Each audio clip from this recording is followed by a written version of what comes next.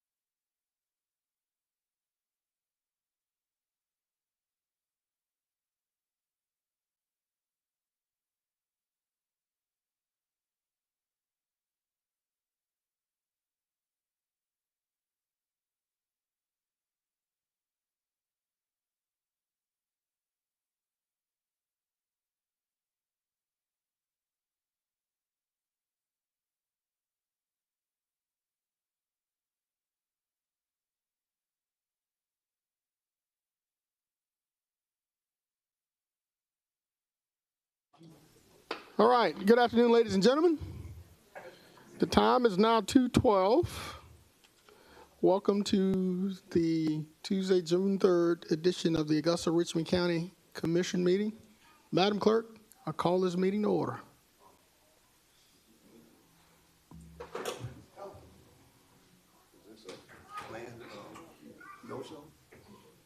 We got.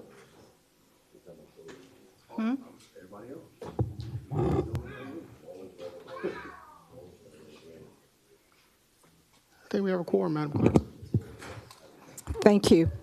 At this time, we will have our invocation shared with us today by Reverend Christopher Leslie, pastor of the Walnut Grove Baptist Church, after which we would like to ask Commissioner Alvin Mason if he would please lead us in the Pledge of Allegiance. Would you please stand?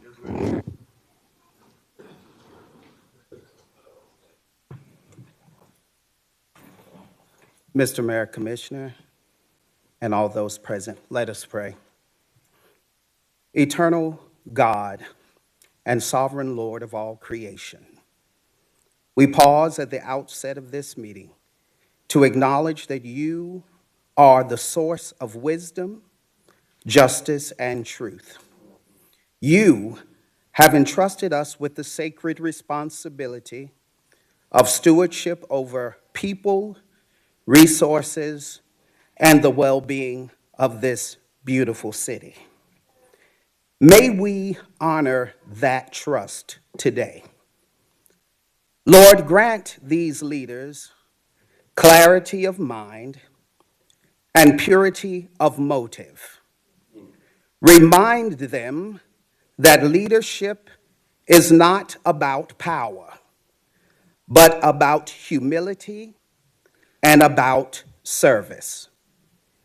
Teach us, O sovereign Lord, to act justly, to love mercy, and to walk humbly with you. Stir within us, O God, a spirit of compassion for the marginalized, the voiceless, the weary, and the forgotten. May no decision be made in this place here today without first considering its impact on the last and the least amongst us. O dear sovereign God of peace, bind us together in unity. Let not partisanship or pride divide us, but instead, O God, let us find common ground in our shared calling to seek the good of this beloved community. In a world too often fractured by fear, may this gathering model grace, civility, and mutual respect. And finally, O sovereign Lord, bless this beloved city. Protect our first responders, strengthen our families, and prosper the work of our hands. May your favor rest on this commission today and on all who labor for the public good. We pray this prayer in faith. In the name of the one who is known as the Wonderful Counselor, the Mighty God, the Everlasting Father, and the Prince of Peace, Jesus Christ, our Lord and Savior. In his name we pray. Amen. Amen. I pledge allegiance to the flag of the United States of America and to the republic for which it stands, one nation, under God, indivisible, with liberty and justice for all.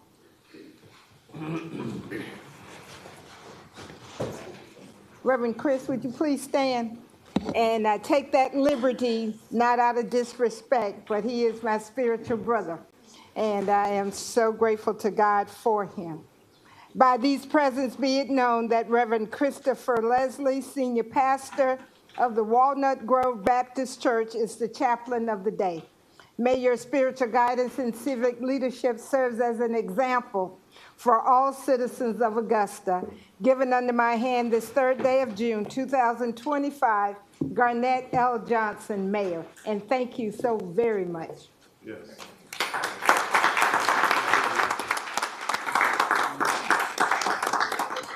Reverend Leslie, thank you so much for that powerful prayer. Thank you for being here today. It's much needed. Madam Clerk, let's continue. Call your attention to the recognition portion of our agenda. Mayor Johnson would like to issue this proclamation recognizing the launch of the Mayor's Summer Reading Program. Would you all please stand? He would like to acknowledge you. Hold on. There. You coming down, Mr. Mayor? Okay, I am. I just want to see them all.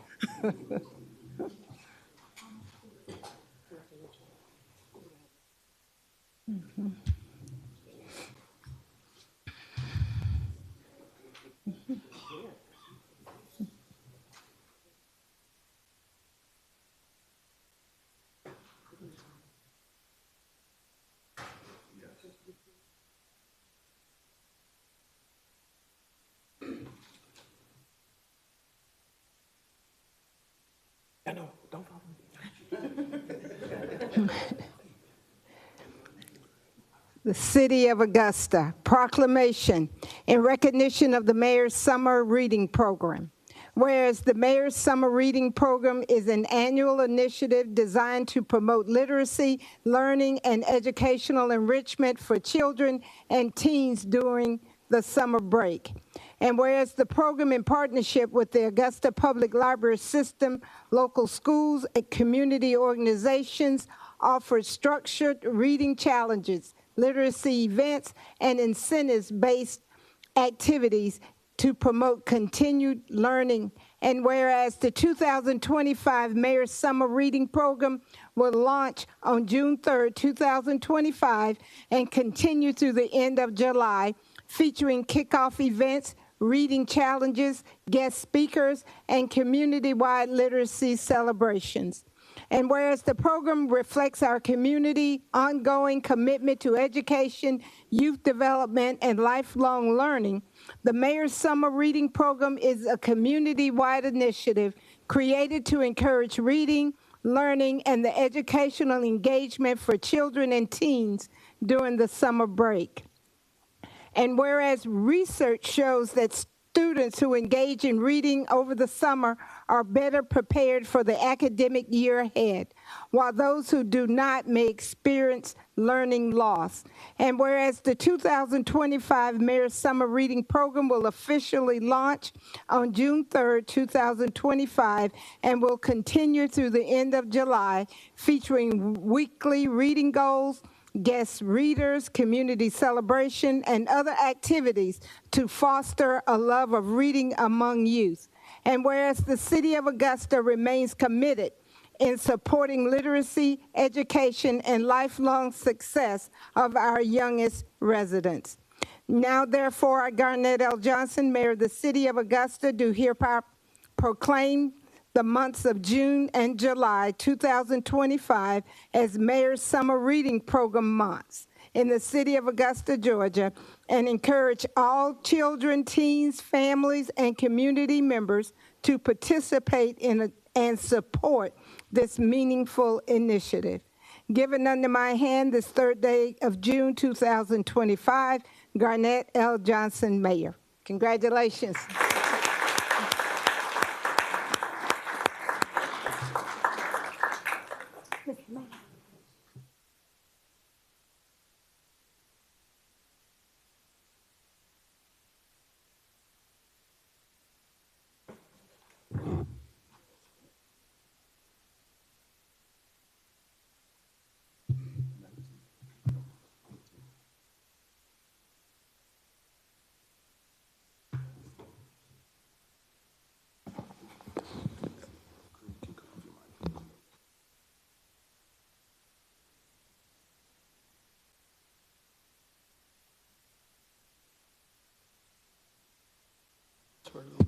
Ladies and gentlemen, one more round of applause for our students.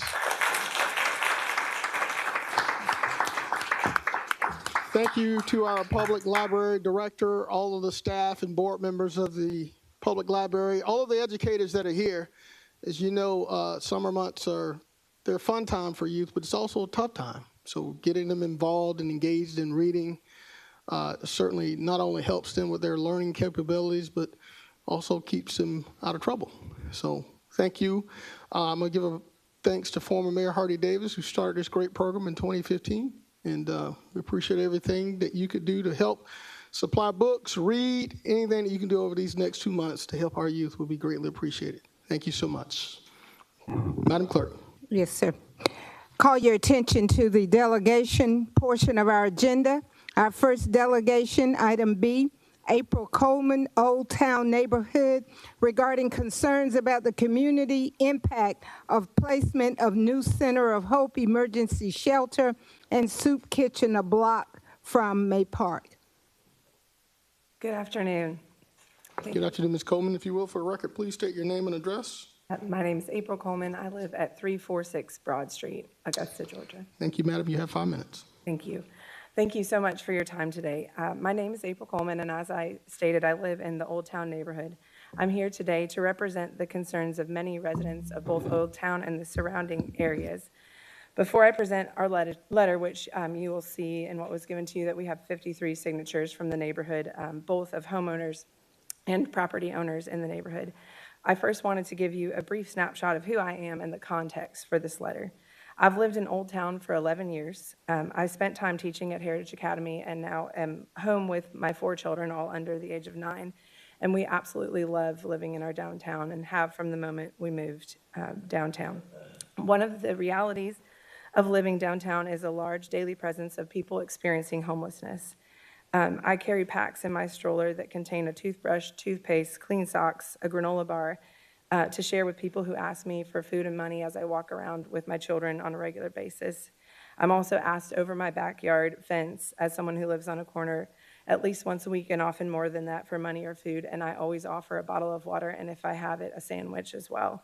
What I want to emphasize before I read this letter from our community is that we as a community care about our unhoused population and want thoughtful and comprehensive solutions. This is signed by 53 of the neighbors in Old Town and the surrounding areas. Dear City of Augusta Commissioners, we are writing as concerned residents regarding the planned location for the new Center of Hope's emergency night shelter and soup kitchen.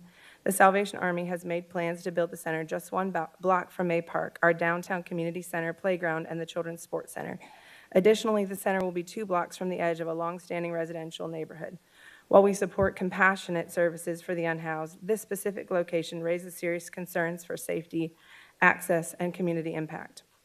We want a newly renovated Center of Hope downtown. We are excited about the thoughtfulness in this new center's design for our unhoused population. However, we are concerned that the proposed location will have significant negative impacts on our community. We respectfully urge the Commission to ask the Salvation Army to consider alternate locations further removed from child-focused community spaces. Our key concerns include safety and supervision. The exterior of the current community center, including the playground and sports fields, is unsupervised during the day. The playground lacks visibility from the main building, making it feel isolated. While many unhoused individuals pose no threat, the potential for unpredictable interactions with individuals struggling with untreated mental illness or addiction raises concerns for families and children. Secondly, public comfort and park use. Everyone has a right to access public parks. However, a high-density shelter with a daily soup kitchen and health services nearby may lead to a visible and lasting increase in unhoused individuals spending significant time in the park. In the absence of a coordinated plan, the park could begin to function as an informal day shelter. This shift could leave many other community members, especially families, children, and seniors, feeling discouraged from using a space that's intended for everyone. Thoughtful planning is needed to ensure the park remains a welcoming and balanced environment for all residents. Thirdly, public health and sanitation. Concentrated services often result in increased litter and restroom misuse. Fourthly, neighborhood investment. Old Town and East Boundary rely on May Park as our only downtown sports and recreation center. Many residents have invested significant time, effort, and resources into the downtown area. When Augusta's downtown was struggling, individuals and families in our neighborhood worked to bring businesses to the downtown and continue to support them. As you know, this hasn't happened overnight, and there's still work to do. We are concerned that placing the center a block from May Park could unintentionally reverse some of this progress and harm the better reputation that many of us have worked to build for our downtown. We do believe there are better suited locations still within the downtown core, closer to existing support infrastructure and away from youth-centered facilities. We are willing to support and participate. Ma'am, you have 1 minute. Thank you so much. In a transparent search for a better site. So while we believe our concerns are valid and our requests are reasonable, should it move forward in the current location, we respectfully request the following safeguards accompanied by adequate city funding to ensure the safety of children and accessibility of the park. I will just summarize these. We would love to see a day shelter created if the location remains the same that is more convenient to be accessed by this population than May Park to shift some of the need to that area. We would like to see a proactive plan to identify and eliminate drug houses within a 2-mile radius of the shelter and a reevaluation of May Park renovations given the new information about what will be in the surrounding area with input allowed for the downtown residents. We have several suggestions in the letter, which you all have copies of, and I sent to your email last night, for specific ways that we can rethink the renovation of May Park if this continues to be the location for the center. Thank you so much. We really are committed to working together towards solutions that meet the needs of all members of our community, housed and unhoused alike. Thank you for your time. Ms. Coleman, thank you so much for being here. Thank you very There much. are representatives here from the Salvation Army. I don't know if you know them. If you gentlemen will put your hands up, feel free to engage them should you have any questions or concerns regarding what they're planning to do with the new Center of Hope, okay? Pardon me? Perfect. Thank you so much. Thank you for being here. I do have a colleague in the queue. Chair recognizes Commissioner from the 1st, Commissioner Jordan Johnson. Thank you, Mr. Mayor. I want to thank the neighborhood for coming today because we did have an opportunity to speak before this meeting, and they have valid concerns. I would like to think that I am a pretty big advocate for our unhoused community in this community, and I remain that way, and I'll never change. But I think that what they're asking for is pretty straightforward, especially being that, you know, we're trying to do some really substantial work in East Augusta, and this area is also considered like Laney Walker to a degree as well. So I don't know if you all have had a meeting with Derek and the Major, but I think that it would be helpful to get the community involved in this so that any issues that we have can be resolved, because I don't know where the commission will stand on this, but I'm just interested in knowing from Derek or from Major here where we are with this process, what stake does the city have in it, those types of things, and maybe you can come to the podium and share that, Derek, Mr. Mayor, if it's in order.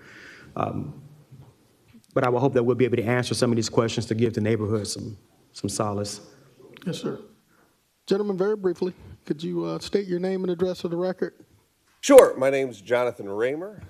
My address is 1365 Shadow Oak Drive. And Derek Dugan, Director of Development for the Salvation Army, 2715 Dan Street. Thank you, gentlemen. You have the floor.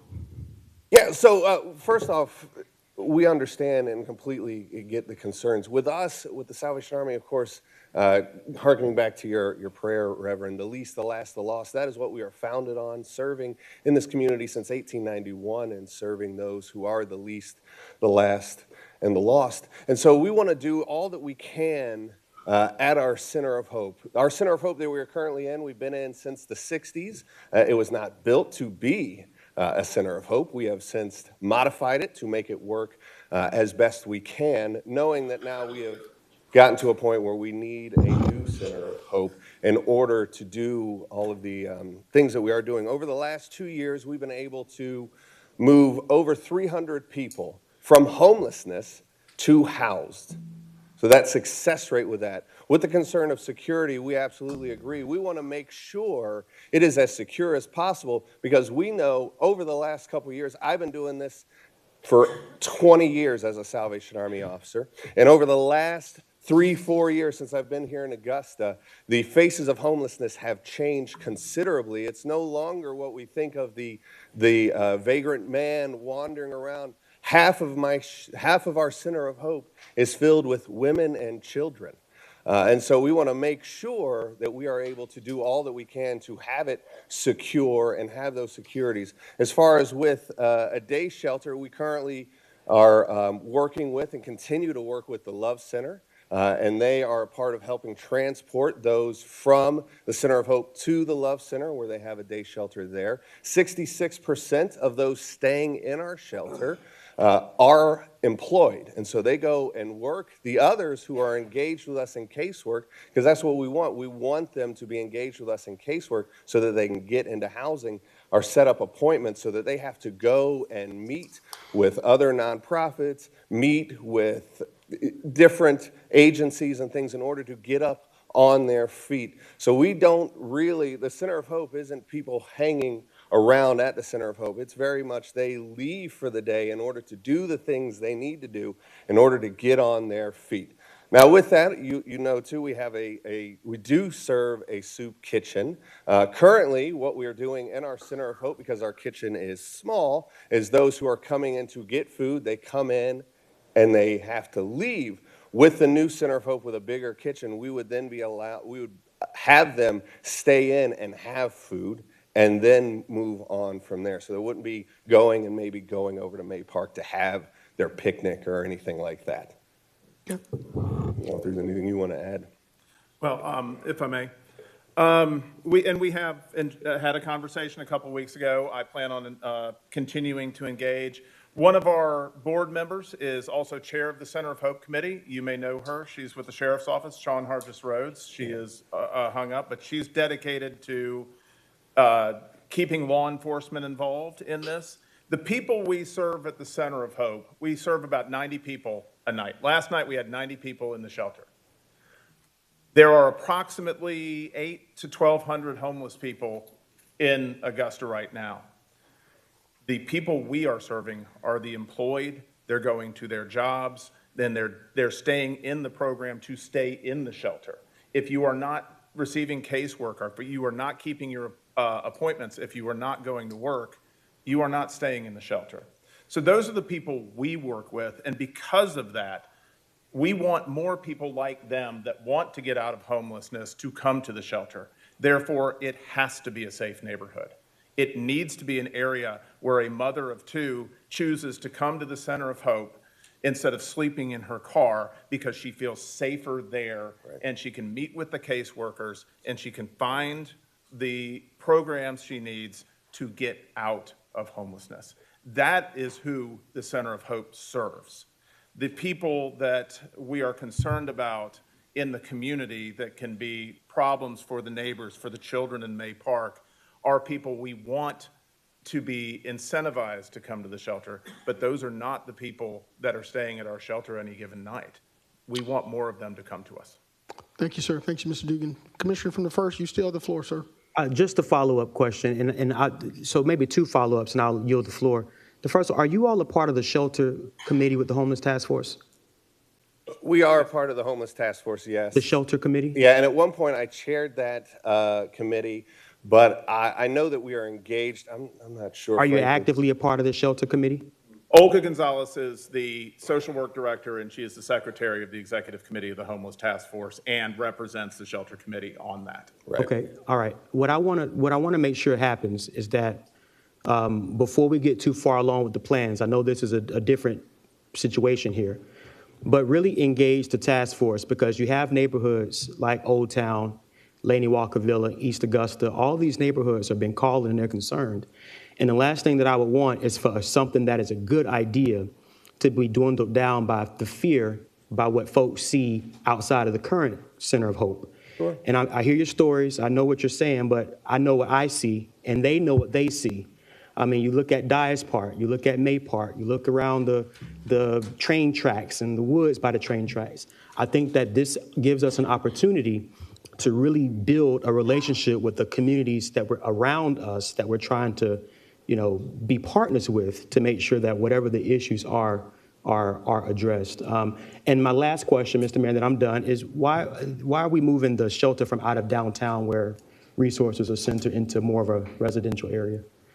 If I may respond to the first part first. Please. If I can encourage you when you go by the Center of Hope on Green Street, to look, you referred to the people around it, and we're with our Old Town neighbors in that if you go to the Center of Hope, if any of you commissioners, anyone comes to the Center of Hope at 1384 Green Street, you will not see the homeless on that property, but they are surrounding that property. That's the concern that they have. And so we are with them that law enforcement, the city can encourage them not to be on those other properties. A lot of that occurs because of services being provided at adjacent locations. We have been speaking to the task force, we have been speaking to other organizations, urging them to bring them to the Center of Hope, all those services so we can get them into casework. People are not on our properties, but we want to work with law enforcement. We want to work with our Old Town neighbors and the entire community to ensure that that's taken care of. Absolutely. Okay. And please remind me of your second question. The location change from downtown to more of a residential area? Well, I wouldn't define that as a residential area. In fact, the zoning is light industrial. And Well, if I can pause you there, Certainly. right next door to the location is an apartment complex. The other side of that location is a residential neighborhood, mostly senior citizens. Behind the neighborhood the location is Old Town. Across the way from that location is a senior apartment complex, and so it's very much so residential.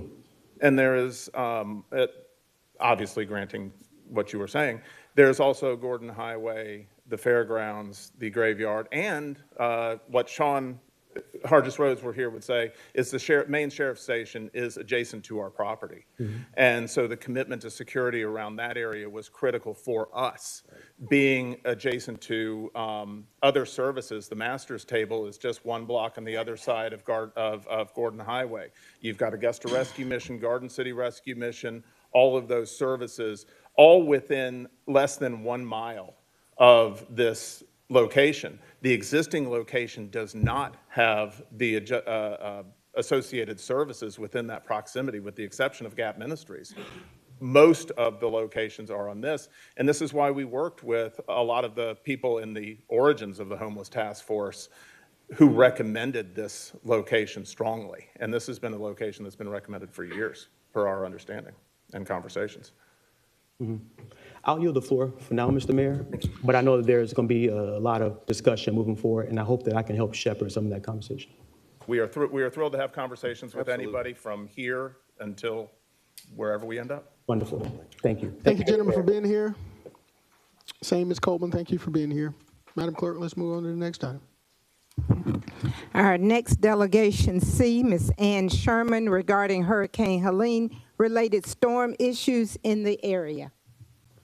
Ms. Sherman, how are you today?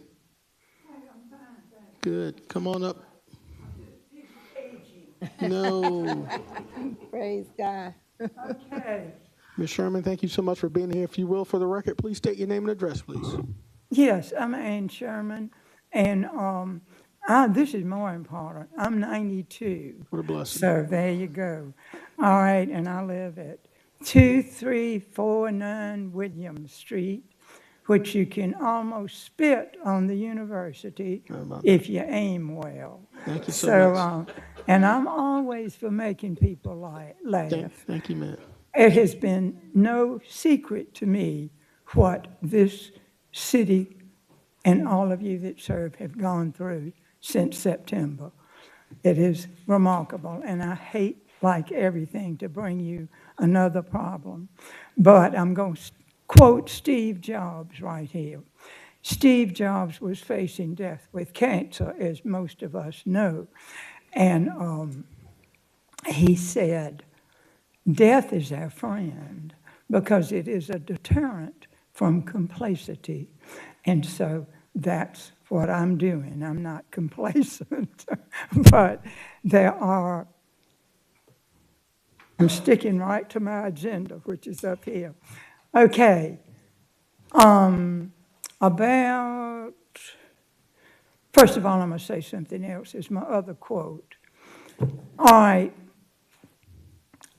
this cemetery is special. It's special to all of us because the people out there started things like churches. Medical College of Georgia wanted very much one of them. These are descendants, naturally, of the people that are out there.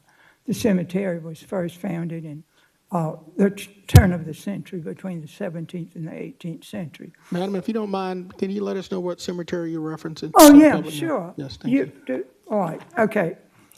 Cottage Cemetery is on the corner of Marvin Griffin Road and Winesap Road. Thank you so much. Thank you.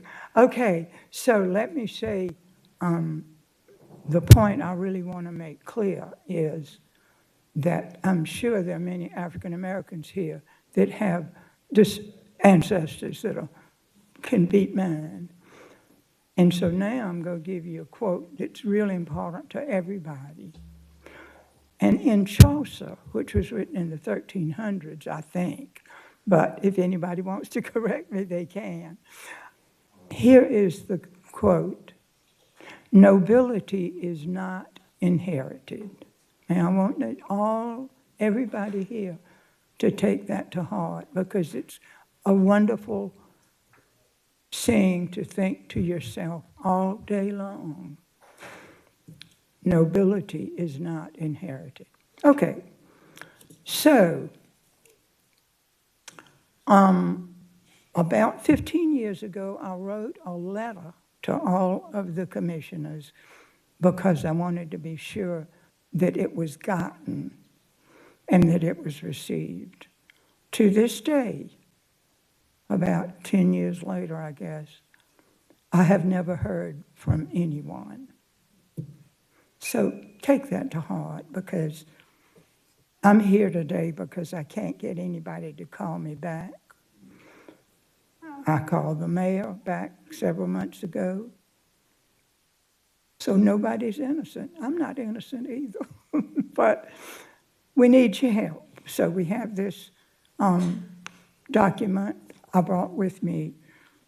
It's an easement agreement for Apple Valley residents to go. We gave you an easement of, I'm not sure the amount of the width of the path, but we went into an agreement with you all and you with us to permanently for the city to use for access to Apple Valley Park from Apple Valley subdivision.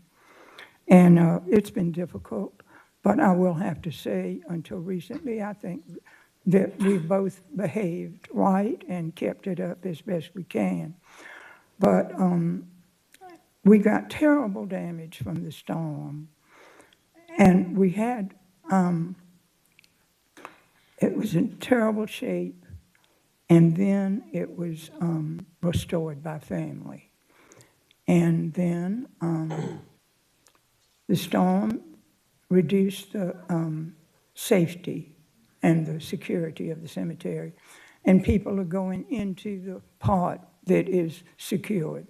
So both of the main gates and down that path are the responsibility of the county.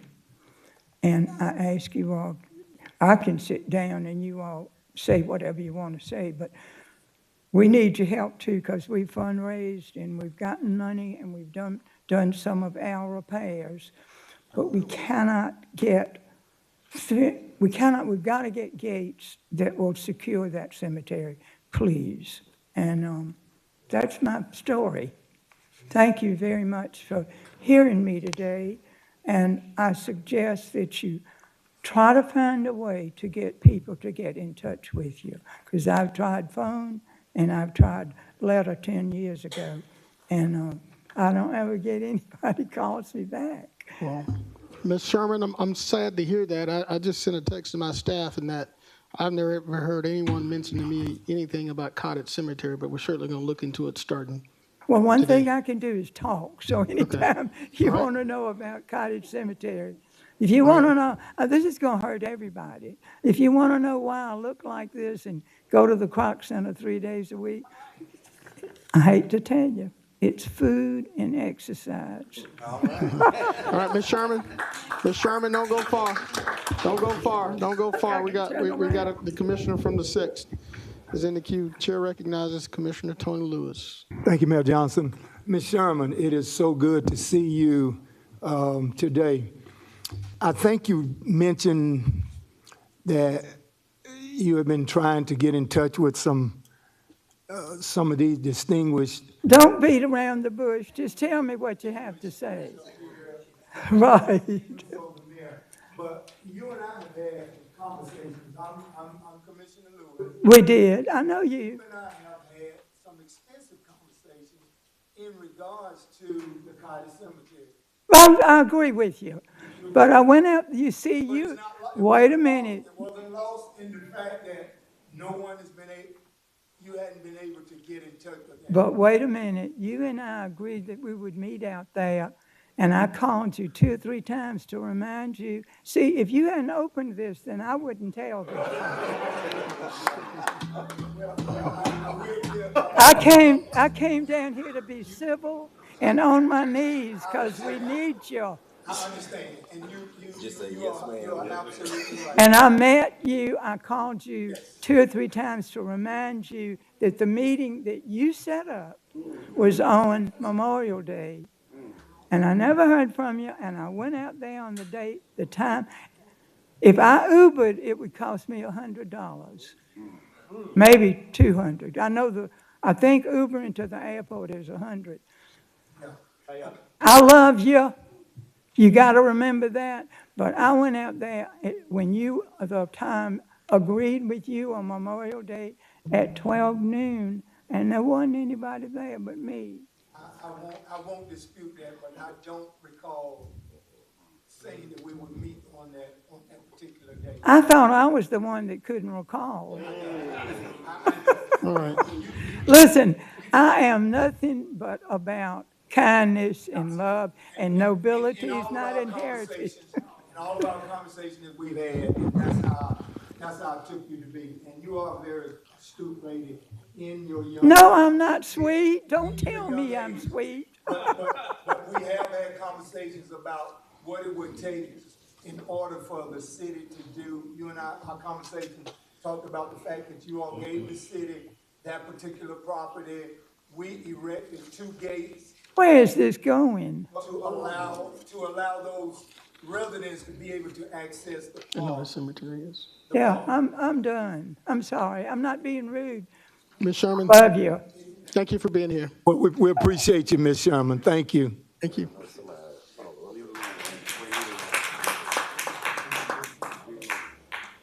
Thank you, Ms. Sherman.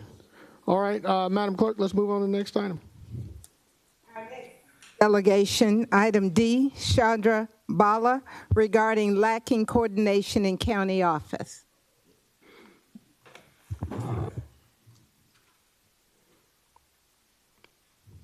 Mr. Bala, welcome, sir. Thank you. If you will, for the record, please state your name and address. Okay. Before that, I want to tell you the basis. You have to two sentences. I'll give my name, I'll give my address. I want to tell you the basis of the 5-minute talk I'm going to do. Will it be okay? Well, you will get 5 minutes. I need your name and address, and I'm going to start the clock just as soon as you start talking. Okay. All right? Okay, if that is the case. And I'm not okay. going to start until you give your name and address. Your name and address, please. Yes, that's what I'm going to do, but I had to move my papers for your sake. Okay. Name is Chandran Bala, address 208 Newland Circle. Pardon me? Repeat that. Chandran Bala, address 208 Newland Circle, Evans, Georgia, and Columbia County. Thank you, sir. You have 5 minutes. All right, thank you. First and foremost is you have lack of internal coordination, and due to which you have shortcoming all over the place. It took me only 2 days visit to Columbia County, and it's only 2 days visit here. So, and this is coming from my 60 years experience of observing this. Now, what's happening? Phone calls, nobody attends, or if they attend, they don't know their own lunch hour, nor the person whom they are serving, nor of the entire department. The same thing with every, head of the department, administrators, as well as human resources. Then also, neither the old habits die very, very hard. And then only thing in the human life is going to remain is the sun, moon, and the truth. Again, sun, moon, and truth. I'm giving the truth. It may hurt you, but that's the case. That is what it is. So you have to take it with a grain of salt. Now,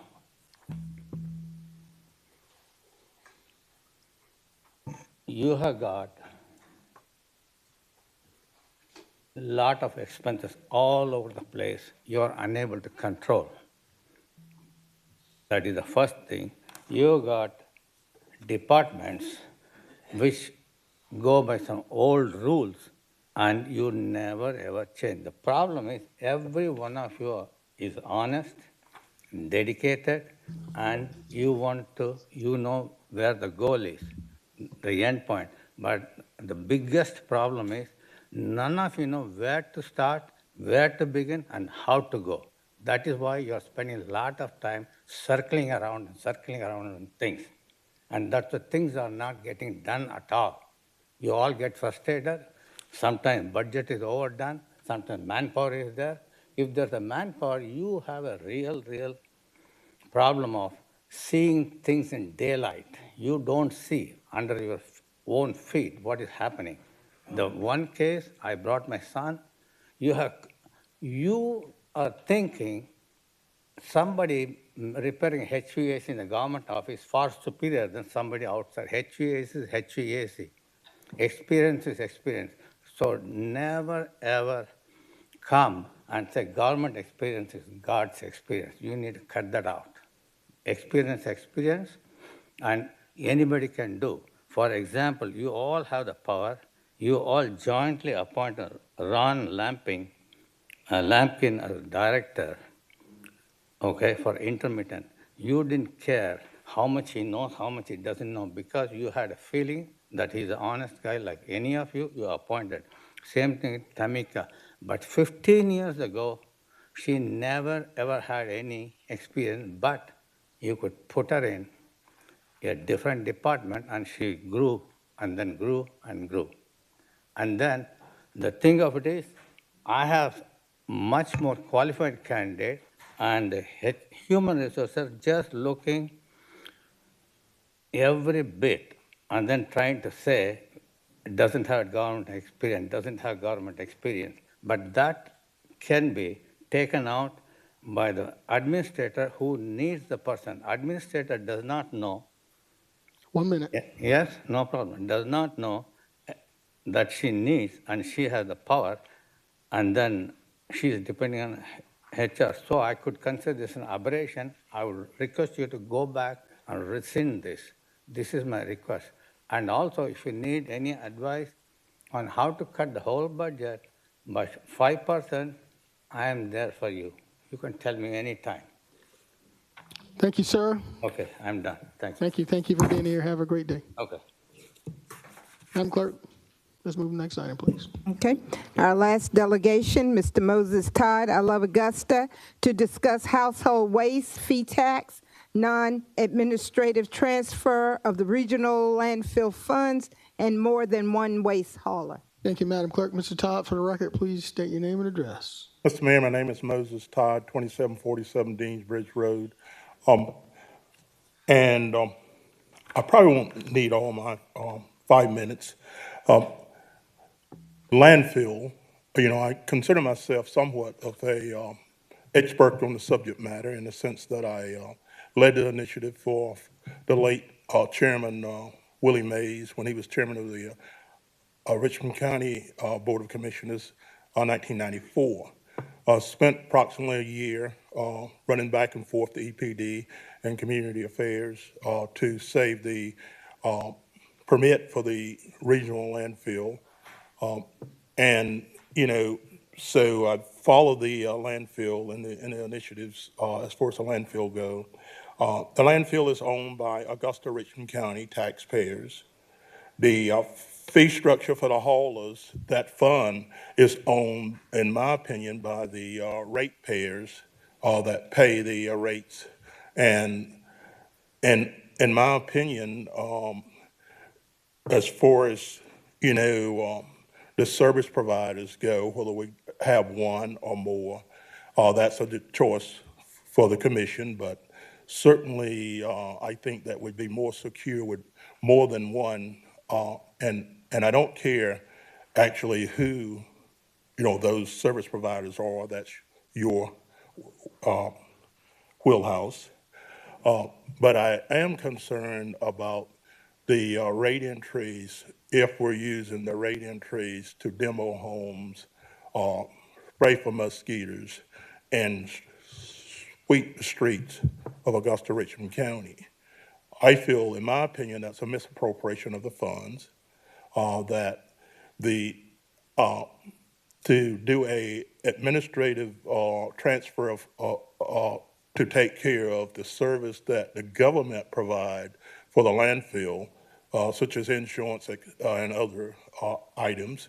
I understand that as far as a reasonable amount, but any other funds that's left should go to the operation of the landfill, the closure and post-closures of the landfill, the development of future subtality sales, and the servicing of the bonded indebtedness that previous commissioners have put on the landfill that the taxpayers of Richmond County backs and is responsible for. So I'm not arguing that we don't need mosquito spraying, that we don't need demolition, or we don't need street sweeping. I'm arguing your source of funding that. And I think it's important that you take a look at what you're doing. I kind of understand how it come about that a previous landfill director, brought it to you and say, well, we can pull, X amount of dollars out of this fund and do some services that the commission would like to see done. And a previous administrator approved that. And it's my understanding in that package, there were some pay raises and some other things, that issues as far as landfill operation go. I don't want to rehash or go back to the previous commissions. In doing this, they possibly thought they were doing the right thing. But I'd encourage you to take a serious look at it and possibly figure out another way to fund services and not pull it from the landfill operation. If I recall the last budget. 1 minute. Yes, okay. The last budget, we were $500,000 in the red as far as rate users go or the haulers go. At the same time, we was pulling out approximately $1 million for other services. Thank you, Mr. Mayor and Commissioners. Former Commissioner Todd, thank you so much for being here. Thank you for that information. There are no colleagues in the queue. Madam Clerk, I think that takes us to the consent portion of our agenda. Yes, sir. Mr. Mayor, would you like to consider the addendum agenda? Yes, ma'am. Okay. Please. Our addendum agenda is an appointment, the motion to approve the appointment of Bob Young to the General Aviation Commission, Daniel Field representing District 10, requested by Commissioner Wayne Guilfoyle. HPC? Oh, I'm sorry. Okay. Yeah, I think it'd be. To the HPC. It was. Historic Preservation Commission. Historic Preservation Commission. I got. Yeah, Says no, general it says to aviation. the general aviation. Madam Clerk, for the record, for our colleagues up here, do we have that addendum item? Or can we at Well, least? it listed the General Aviation Commission. It should have been Historic Preservation Should have been Commission. Historic But it's the Preservation same Commission. appointee. Same appointee from Mayor Pro Tempore, Yes, sir. Commissioner from the 10th. Is there any objection to adding this addendum items? Seeing or hearing none. No objection. Madam Clerk, it is added. All right, Thank you. let's go through the, continue on, Madam Clerk. Okay, our consent agenda. For the benefit of any objectors to our alcohol petitions, would you please signify your objections by raising your hand once the petition is read? Call your attention to item number 1. It's a request to approve for an existing location, new ownership, retail packaged beer and wine license to be used in connection with the location at 2502 Lumpkin Road. Are there any objectors? Any objectors to this matter? Seeing or hearing none, let's continue on, Madam Clerk. Item number 2 is to approve on-premise consumption liquor, beer, and wine license Sunday sales for a location at 1343 Augusta West Parkway. Augusta West Parkway, any objectors? Seeing or hearing none, let's continue. Item number 3 is a request for an on-premise consumption liquor, beer, and wine license to be used in connection with the location at 2601 Deansbridge Road. 2601 Deansbridge Road, any objectors? Seeing or hearing none, let's move on. Okay.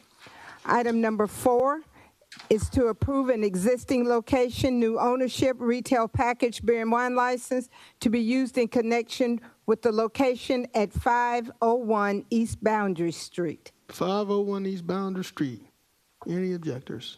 Seeing or hearing none, let's move on. Okay.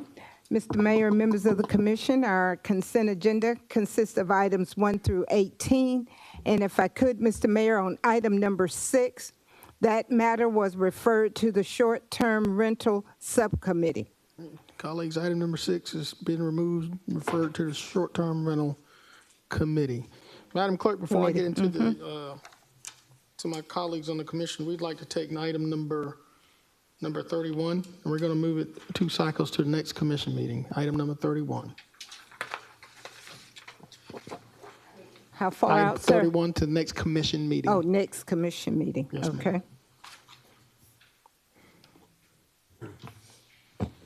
All right, let's get to it. Commissioner from the 8th, Commissioner Brandon Garrett, the floor is yours, sir.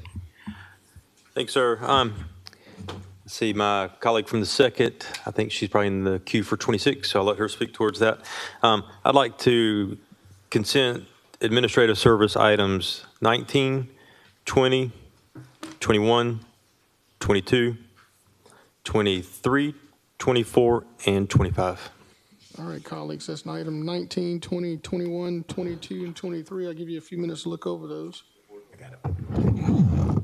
24 and 25. Mr. Mayor, Yes, sir. number 23 is an update. Number 23 So we need to is an hear update. that. All right, Madam Clerk, let's take 23 off that list. I also want to ask a question about number 19. I think that it has to go back to committee cycle, but I wanted to Okay. weigh in on that, or Yes, just, sir. I was going to are request we that as well. fine to do that? Okay. Yes, sir. All right, let's send number 19 back to committee, please. So you're going to send it back to committee? Yes. All right, 19 goes back to committee, and he has a question regarding number 23 since it's an update. And while I have the floor, let's pull 9 and 10 You're pulling 9 and 10, sir? from the consent agenda. Yes, ma'am. Okay. Thank you. 9 and 10 has been requested to be pulled. Okay. Thank you, Commissioner Johnson. Chair recognizes Commissioner Stacy Pulliam from the 2nd. Thank you, Mayor Johnson. If I could pull number 26 and actually have it go to committee, next committee meeting. Item 26. Yes, ma'am. Item 26, back to committee. Okay. Thank you, Add Commissioner. that to the consent to refer to the next To the committee. next committee. Yes, ma'am, please. Okay. All right. Chair recognizes, I'm sorry, Mr. Jackson. Yes, I'm going to ask Ms. Deputy Lewis. Administrator. I'm going to ask Ms. Lewis to bring copies of a revision for a particular document. Since item 20 is to be consented, there's one small correction that we need to make. Okay. And in your packet, it is for item number 20. If you go to page 148 in your booklet. Page 148. Yep. Okay. Under construction costs, that figure is actually a lesser cost, and she's going to bring you a copy of that. We revised it in the contract. Okay. Question on that, Mr. Mayor? Yes, sir. Commissioner Johnson? Has the revisions already been made, Mr. Jackson? Yes, sir. She's bringing you a copy. So would that still need to go through the committee cycle, or could the commission approve with the recommended changes here I'm asking you to accept the changes. without going back to committee? That is my request, yes. Okay, so let's keep it on the agenda versus sending it back to committee then, Mr. Mayor. Well, So now, let's- this is not number 19, this is number 20. Number 20, okay, I'm This is number sorry, 20. I'm sorry, I'm with you, All okay. right. So on number 20, the construction costs have decreased from $80,102.22 to $48,482.82. Yes, sir. Okay? Has any of these projects been started? Pardon me? Any of these projects been started? She's not here. Ms. Lewis, the question has been, has any of these projects been started? Yes, sir, the properties have started. Ms. Lewis, can we get you to the microphone, ma'am? You know what? Before Mr. Mayor, can we just pull number 20? Yeah, let's just pull number 20. Just pull number 20. We're going to pull number 20. What number is that again? Number 20. Yeah. 20? Ms. Lewis, we'll call you back up when we get to this item, We okay? just have a discussion about it. Okay. All right, and let's get back into this thing. Mayor Pro Tempore Wayne Guilfoyle from the 10th. I would like to, Madam Clerk, I'd like to send agenda item number 29 back, but can this body have the red line version? I know you had emailed it to us, but I couldn't print it out, and my cell phone, I can't see it. Okay. You want a red line version? Yes, ma'am, if we, that go back to the committee and 29 back to the committee. consent agenda item number 30. And consent. 30? Thank you, Madam Clerk. Okay. Consent number 30. All right. Thank you, Mayor Pro Tempore. Chair recognizes Commissioner from the 8th, Commissioner Brandon Garrett. Yes, I'd like to approve the agenda as stated. There's been a motion by the Commissioner from the 8th and a second by Commissioner Catherine Smith Rice. Seeing no colleagues in the queue, Madam Clerk, let's make sure we're on the screen so we can get all cleaned up here. Okay. Item, okay, 6, we made a modification that item be referred back to the short-term rental. We're pulling item 9 and 10 from the consent for Mr. Johnson. She's not on consent, she pulled it. Okay. Continue, Madam Clerk. Okay, and items 19 and 20, 19 is to the next committee. Number 20 is being pulled. Yes, we're going to add, no, yeah, we're going to add that to the consent agenda. That's the appointment of Mr. Bob Young. It will be added to the consent. So the addendum item for the appointment of former Mayor Bob Young to the Historic Preservation Commission It will be added to the consent. has been added to consent. Is there any objection to that? It's a district appointment, so. Hearing or seeing none? It's done. Item number 26 to the next committee. We're adding items 19, 21, 22, 24, 25 to consent. And Item 30 and 31 to the next meeting. And item 29 is requested a red line version to the next committee, and that will be added to consent. Okay. I think we're clean, colleagues. Madam Clerk, we're voting. Okay. We have a motion and a second. Mr. Garrett and Ms. Rice.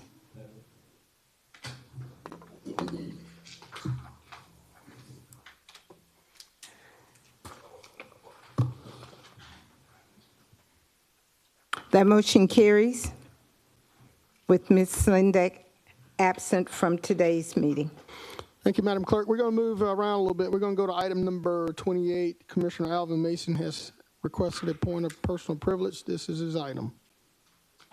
Thank you, Mr. Mayor. I definitely appreciate it. Yes, is there I have a video, too, that is going to be shown here in just a second.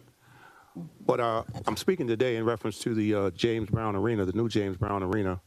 We heard last week from doing our finance report that $250 million was bonded to the Coliseum Authority for the new James Brown Arena, as well as some millions, 15 million or so, for the renovations to the William Bell Auditorium. There seems to be a prevailing thought that this commission is the one that is talking about changing the name of the James Brown Arena. And I assure you this commission does not have the authority to change the name of the James Brown Arena to any other name than what it is. So one, Mr. Mayor, I wanted to make sure that we got that out of the way to know that this commission has not been, well, I can't say the commission hasn't been in discussion because the commission consists of all 11 of us. I know I haven't been in any discussions, nor should anyone have been in any discussions to talk about changing the name of the arena. When the Coliseum Authority and various others lobbied this commission for support for a referendum for the new James Brown Arena. You weren't here at that time, Mr. Mayor, but several of us commissioners were up here. And that name was used as the centerpiece of a full-on speed marketing, advertising, and recruiting campaign in order to get this referendum to the voters in order for it to pass.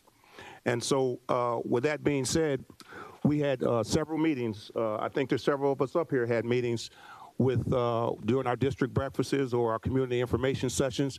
I know the meeting that I had out at Diamond Lakes had over 500 people attend. And we brought out the Coliseum Authority representatives as well as the project lead. I think his name was HB. I don't remember what his last name was. HB Brantley. HB for me stands for Hellbound, because the fact of the matter is that there was, in my estimation, a fraudulent, intentional intent to recruit the voters to go out and vote for a new James Brown Arena to the tune of $250 million. And now a single brick has not been laid. And we're talking about, well, there's talk and discussion about removing the name of James Brown on the arena. Let me remind everybody that there were several previous attempts, failed attempts. I know you remember this, Madam Clerk. For a civic center, failed. For arena, failed. Several other attempts failed since 1996. But with a full-on marketing campaign and advertising and recruitment with the name James Brown, it passed in November 2021, and it wasn't even close. The other 4 attempts failed, and it wasn't close. But the utilization of the name of James Brown, the new James Brown Arena, is what allowed $250 million, that's already been bonded, by the way, to the Coliseum Authority. Now, when they came to recruit us and had these meetings, and we had the meetings all over the community, they had pictorials, and there was a video. I need to have that video played. There's a little 1-minute video there. Let's go ahead and start that video. And stay right there, because I'm going to have you pause it at a certain point. James Brown Arena. You see it right there on the screen. Plans for the new James Brown Arena, the Bell Auditorium Connected Complex in Augusta, Georgia. Stop. Halt. Go back just a tad. Go back just a tad. Stay right there. Stay right there. Stay right there. What name do you see on this arena? James Brown Arena. This is the bill of goods that was sold to this community, that it will be the James Brown Arena.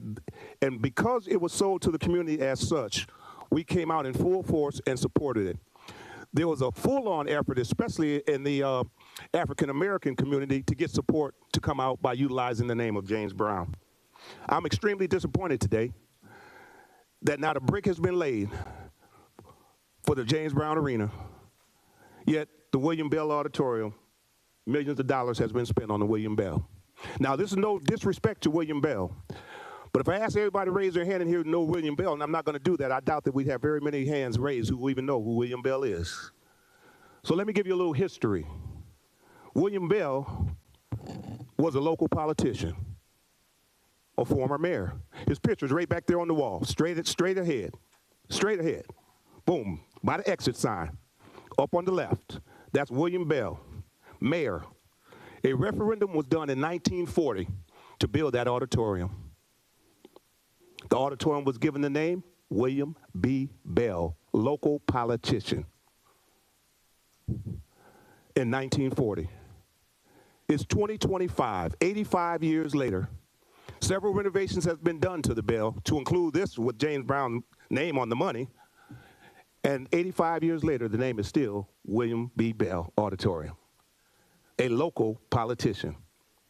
Now, you've got the iconic, the legendary, the world-renowned, the godfather of soul, the hardest working man in show business, soul brother number one, James Brown, who's performed for kings and queens in various countries, presidents all over this nation.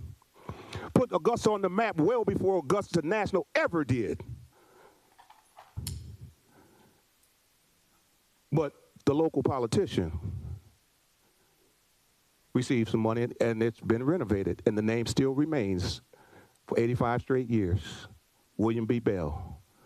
Most people don't even know who he is or what he did.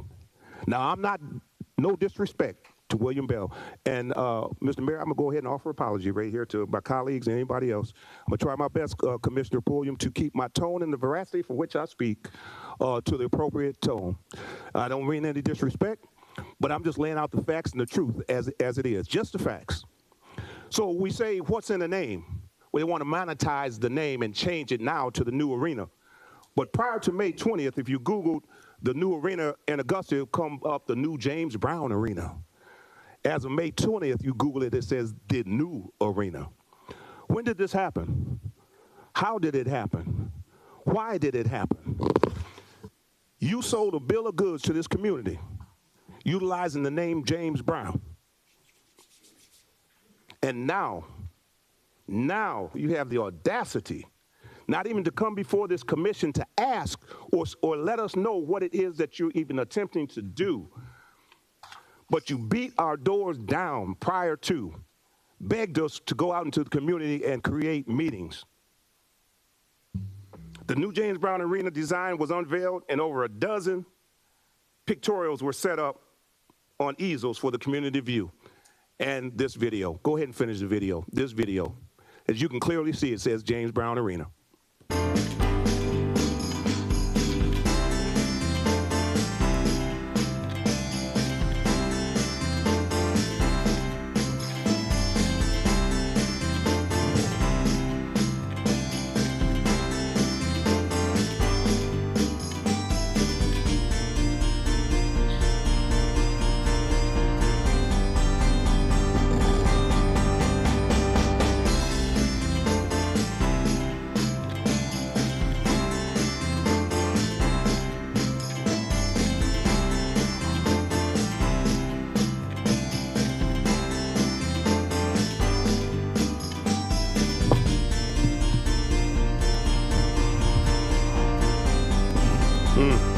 Beautiful.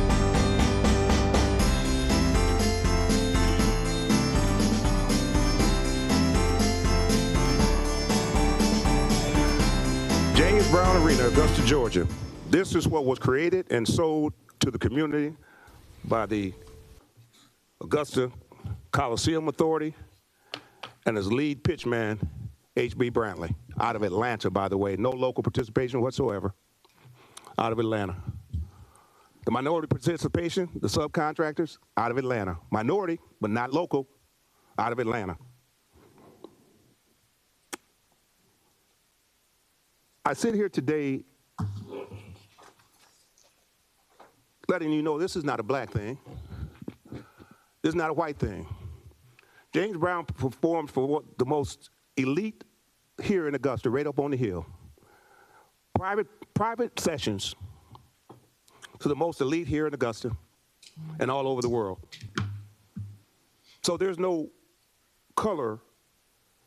This is not a color situation. It's a right situation. The Coliseum Authority had as its marketing campaign that James Brown Arena will be the centerpiece of the Augusta Entertainment Complex. The centerpiece, not the Bell Auditorium, which is a side piece, but the centerpiece. And it was the centerpiece of their campaign. You saw it right here. You just fact-checked me. So everything I'm saying, I sat here. There were several of us up here who were lobbied with the use of the name James Brown. We have to pay back almost $500 million in fees and interest for the $250 million that we bonded for that new James Brown Arena. So there's talk about monetizing a name to this arena so that they can make money, as much as $4 to $5 million a year. Well, let's take the higher piece, Mr. Mayor, at $5 million. $5 million a year. Let's go. It would take 50 years at $5 million a year to get to the $250 million that James Brown got you in the first year. I don't want to hear nothing about monetizing whose name's going to go on where. You show me somebody whose name can give me more than $250 million. Oh, and by the way, let me not forget. You said there would be $718 million in earnings and $50 million in sales, hotel, and economy, hotel tax and beverage taxes. Over 600 new jobs. And authority members also stated, now listen to this, a $1.6 billion impact in direct, indirect, and induced spending for Augusta Richmond County, utilizing the name of James Brown. Now you've gone from $250,000,000 at $1.6 billion, his name, and you're trying to tell me you want to use a name that can bring you $4 million a year to put a name on that arena?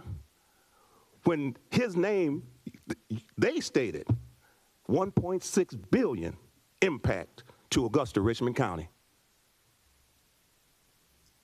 Oh, what a tangled web you weave. Oh, what a tangled web you weave. When at first you attempt to deceive the voters of a Richmond County in order to receive a $250 million sales tax money, to half a penny, in the name of James Brown, I do believe. Let me be clear. Oh, what a tangled web we weave. When at first you attempt to deceive the voters of a Richmond County and the citizens in order to receive a $250 million sales tax money, utilizing James Brown's name, I do believe. So, Mr. Mayor, to the Coliseum Authority, we need to hear from them. They need to come and face this government. The Coliseum Authority members, I don't know how we can get rid of them, but I'm for getting rid of every single one of them today if I could. Those who made that decision, I want to look at what legal action, our legal representative, that this commission can possibly take. If you utilize James Brown's name to get this $250 million, and now you're talking about taking his name off of the building, you have intentionally and fraudulently and intentionally deceived the citizens of Augusta Richmond County in order to receive sales tax money utilizing the name of James Brown. We need some answers. The legality of that, can that be rescinded? What is it that we can do to make that happen? As I close this, Mr. Mayor, I'm extremely disappointed. I'm extremely disappointed because at the very forefront of these meetings, it was the utilization of African Americans at these meetings mostly.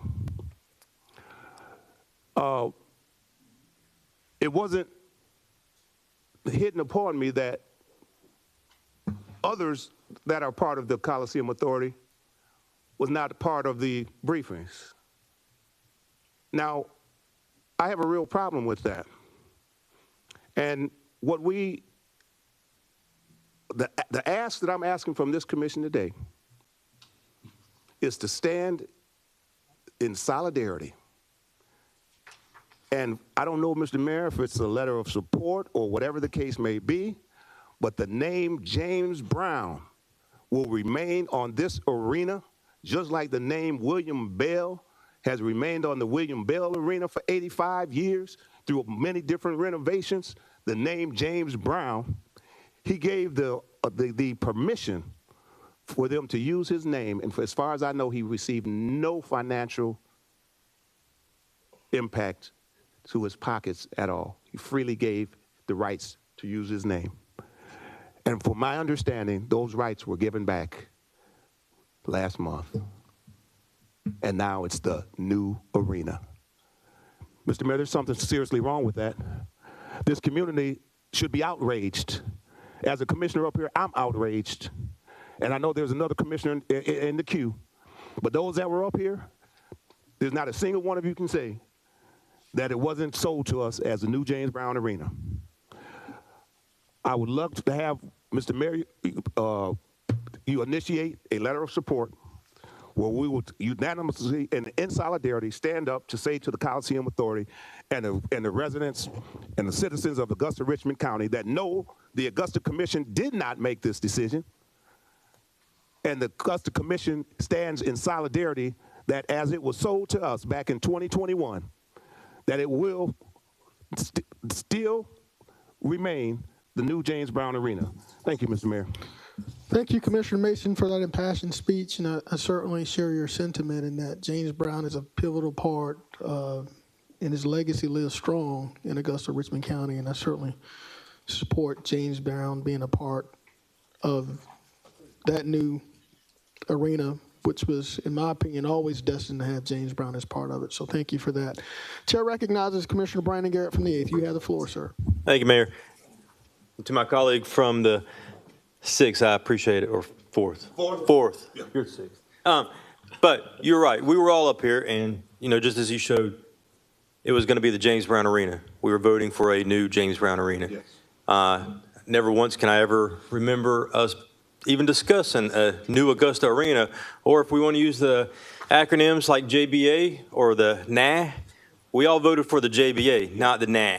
Yes, and had the NA been on the ballot, it would not have passed. So I am in support of keeping this the JBA, as I believe most of my colleagues up here will be, because to hear that this is even being a consideration. Right. I mean, come on. This took so long to become fruition, and now for this to be the distraction, instead of us being able to talk about the good things happening, we got to talk about a stupid name change. Right. I mean, did we not learn our lesson when somebody from outside Augusta tried to change the name of our university here? Does anybody remember that? I mean, we were all asking each other, what the heck is a GRU? But a GRU. I mean, the only one I know about is on the cartoons. But but yes, I am not in support of the nah. Thank you. Thank you, Commissioner Garrett. Madam Clerk, Attorney Plunkett, can we get a letter of solidarity for this body to sign for unanimous support that has been requested by the commissioner from the 4th? Attorney Plunkett. I think it'd be appropriate for a motion to be made, but we'd be more than happy to draft a letter for. I'll make that motion. And I'll second it. All right, there's a motion for a letter of solidarity from this body, and seconded by Commissioner Catherine Smith Rice. Madam Clerk, let's vote on this. Mr. Mayor, before we vote, yes, sir. I also mentioned to our legal attorney, any legal repercussions that we may have if, in fact, it was sold to the community as the James Brown Arena, and the fact that it did pass utilizing his name at $250 million. So if there's any changing of that, what, if anything, can be done from a legal standpoint to ensure that that was marketed, advertised, and recruited to us is what it is and what it always will be, the new James Brown Arena? What legal action? Mr. Mason, what I'll need to do is go back and look at the documents. There is a document between the Coliseum Authority and Augusta on the funding of this process, on this project, but I'll be more than happy to look at that. And when I provide the draft letter, I'll provide a summary of that information as well. Thank you, sir. I appreciate it. All right, Madam Clerk. I think we're ready to vote.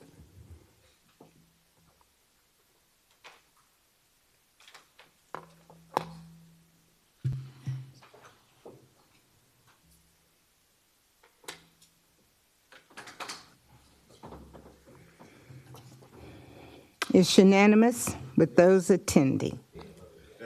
Thank you, Commissioner Mason. Thank you, colleagues, for the spirit of James Brown. All right, Madam Clerk, let's go to item number 9. Item number 9. Item number 9 is a motion to approve the award of RFP Residential Waste and Recycling Collection Services Contract to Coastal Waste Recycling, effective August 1st, 2025. Thank you so much, Madam Clerk. Commissioner Johnson, you asked this item be pulled. You have the floor, sir. Thank you, sir. I just had a question for administration and perhaps the department if they could. I wanted to get some clarity. I know that last week we had this conversation and there was questions around the cost. Can administration or the department give us a rundown of how much this is going to cost the city and the taxpayers? Yes, sir. Dr. Malik is coming up, but I just want to clarify, are you talking about for this particular contract or any other type of expense? This contract. Okay. Yes, sir. Good afternoon. Let me get to my notes. So as I presented back last week in the committee, so net cost of hauling and disposal, if their contract is awarded, is around 19 million, 19. Excuse me, say that one more time for me, Dr. Malik. Yeah, 19 million. This hauling and disposal. $19 million. Roughly, yeah. I'm just Okay. rounding it. And can you share with us again for how many years this contract? 5 years. 5 years. 5 years, $19 million. How many renewals?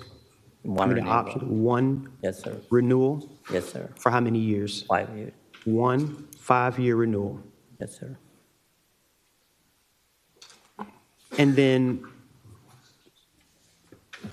the next question is about, I know we had conversations about recycling last week. I'm still not exactly sure. Well, I'm not exactly clear on everything. Can you run us down what that will look like for recycling Yes, sir. So through all of this?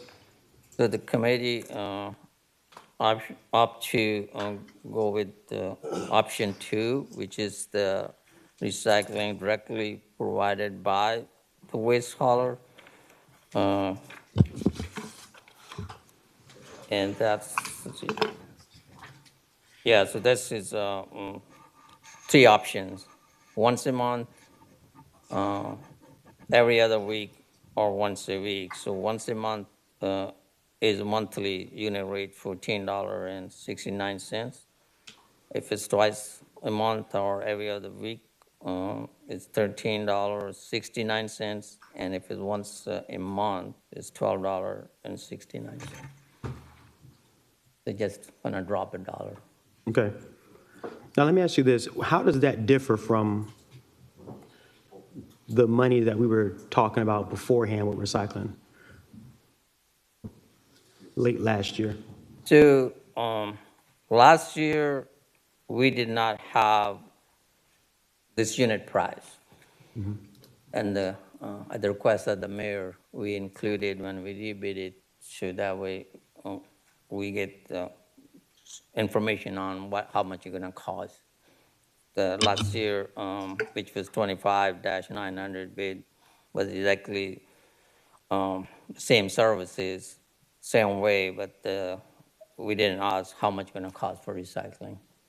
All right, and final question, I'll yield the floor, is that I know we had conversations about whether or not Augusta was too large for one contractor, and this contract is for 5 years.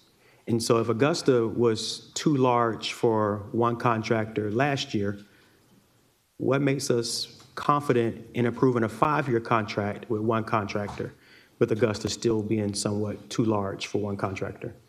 Is there anything that we can, is there any way that we, how does this work?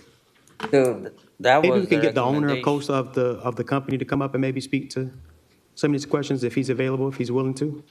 I just want to have clarity in knowing that we have enough manpower to cover the entire city.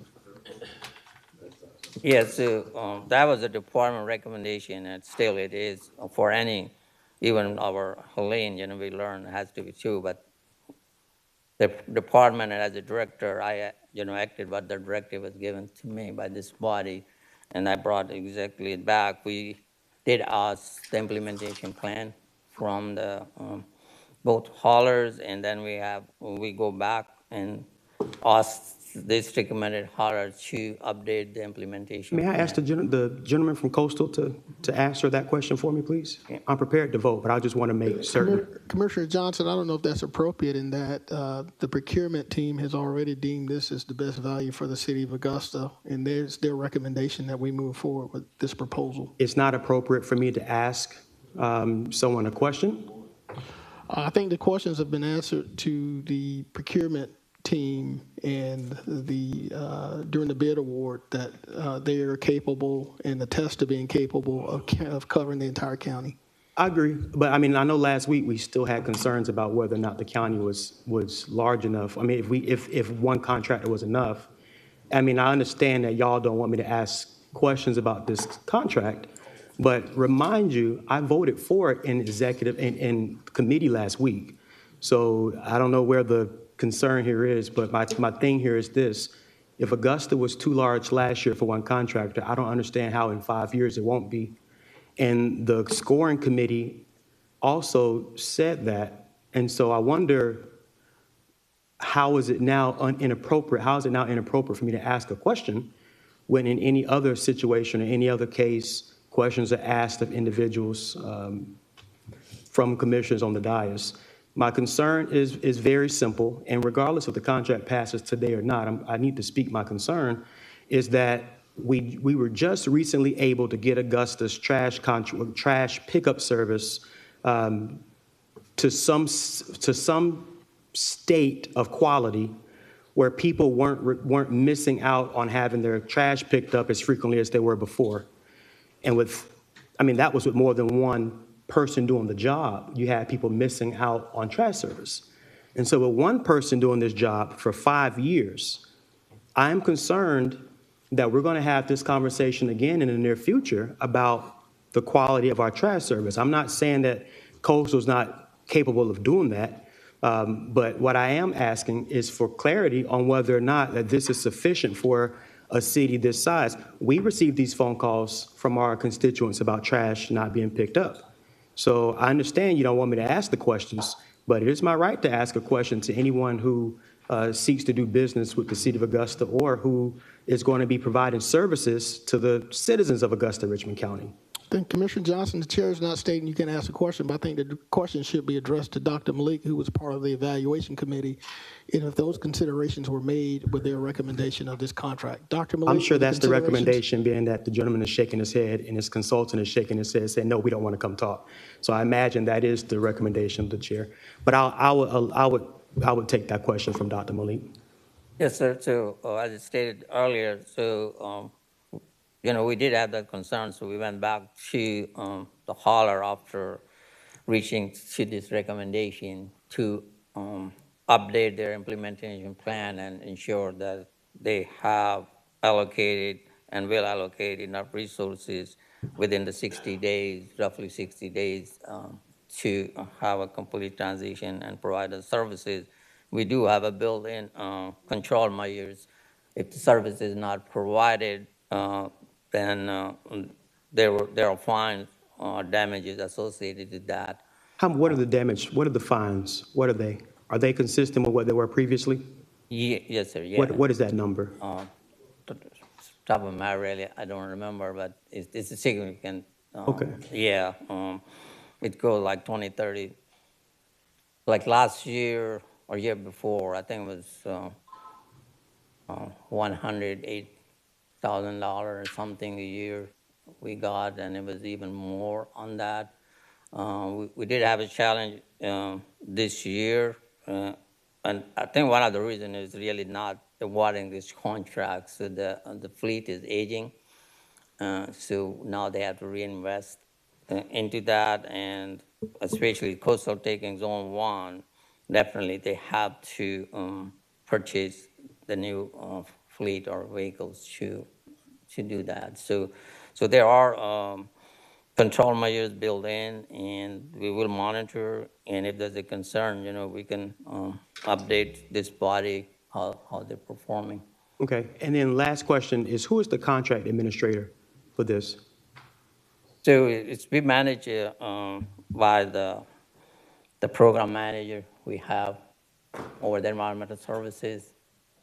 I'm assuming you're asking from department side, right? Yes, sir. Who keeps up with making sure that the parameters that are listed in the contract are adhered to?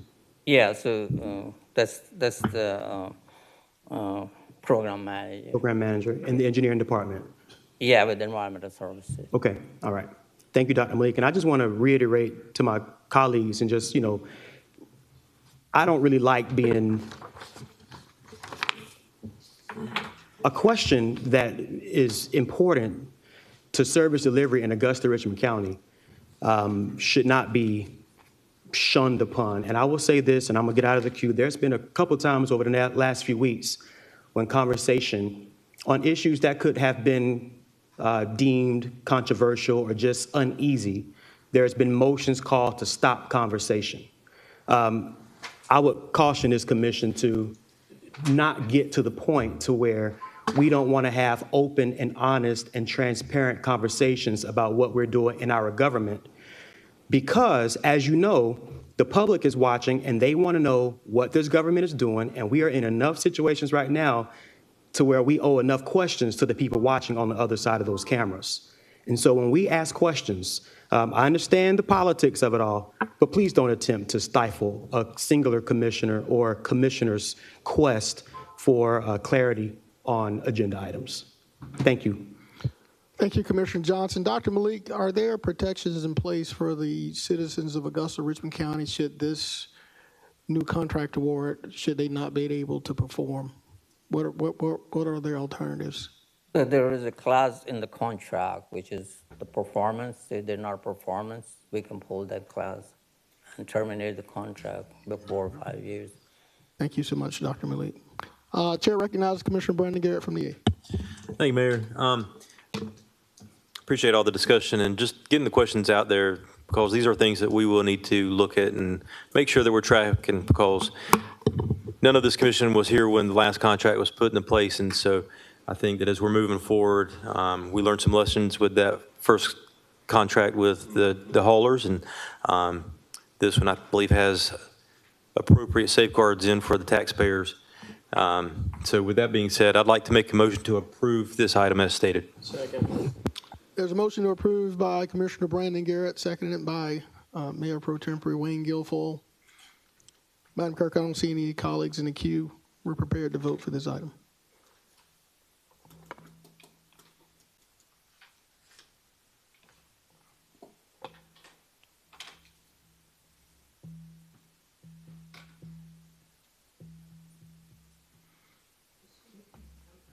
It's unanimous.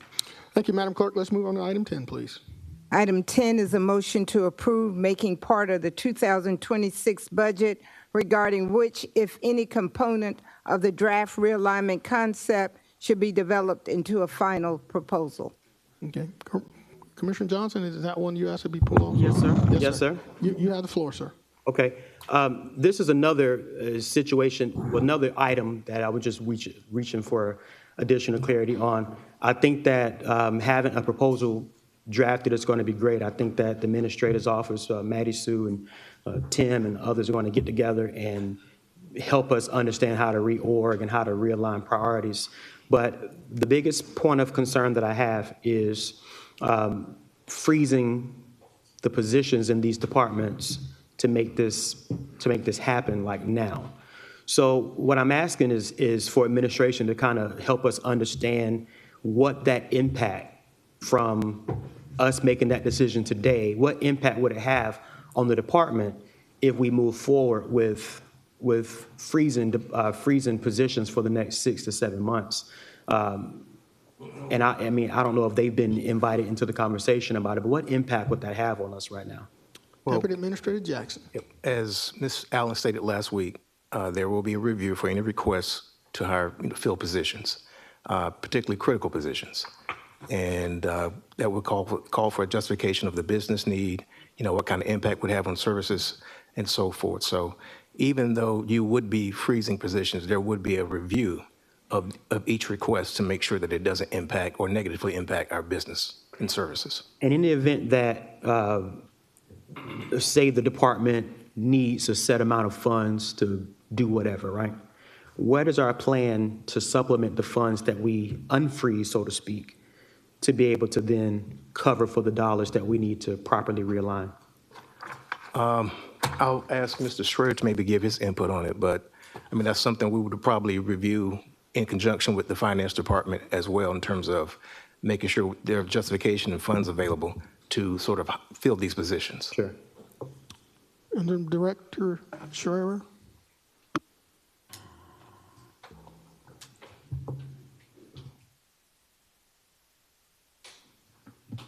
Again, this is one of those items that we want to make sure that we're measuring twice and cutting once, right? Good afternoon.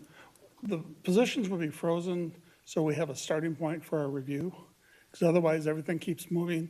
So it's hard to say, we're here today, we're going to be here tomorrow, if the here today keeps moving to a different position. So it's just freezing to start the review process. And if, what happens after the review process is over with? I mean, does the things go back to being unfrozen? Does it go back to being normal?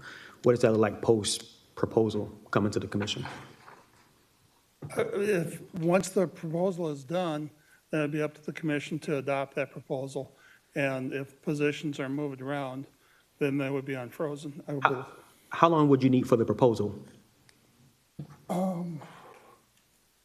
Are you asking to prepare the proposal, or? Yes, to prepare the proposal. I believe it was 60 to 90 days. So roughly 3 months. In our discussions.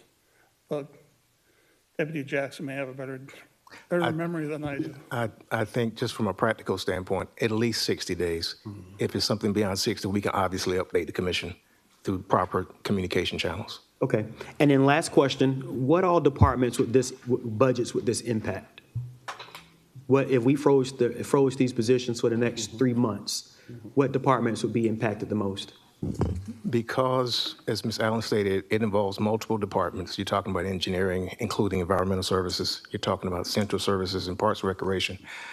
You're probably talking about those departments that provide some sort of vegetation maintenance service to the community. So we're talking about all of those departments with this particular item. And are we only talking about freezing the positions, or are we talking about freezing any other kind of funds in those departments?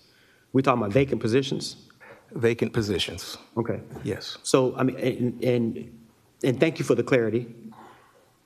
The Parks Recreation Department is already in the middle of grass cutting season, right? And I'm certainly not speaking for Ms. Williams because I can't speak for anyone in this chamber, but I know they're already in the middle of grass cutting season. And I don't know if any hires are being made. Engineering services has the same issues, environmental has the same issues, right, in the middle of grass cutting season. If we make these freezes, would that negatively impact the department's ability to cut right-of-ways, vacant lots, and maintain parks? Well, again, the goal is to have some sort of review of any type of request to hire for positions. Okay. A freeze, from a practical standpoint, is just something we place in policy, with the caveat that if it's a critical need, that it will be assessed and the determination will be made accordingly. Okay.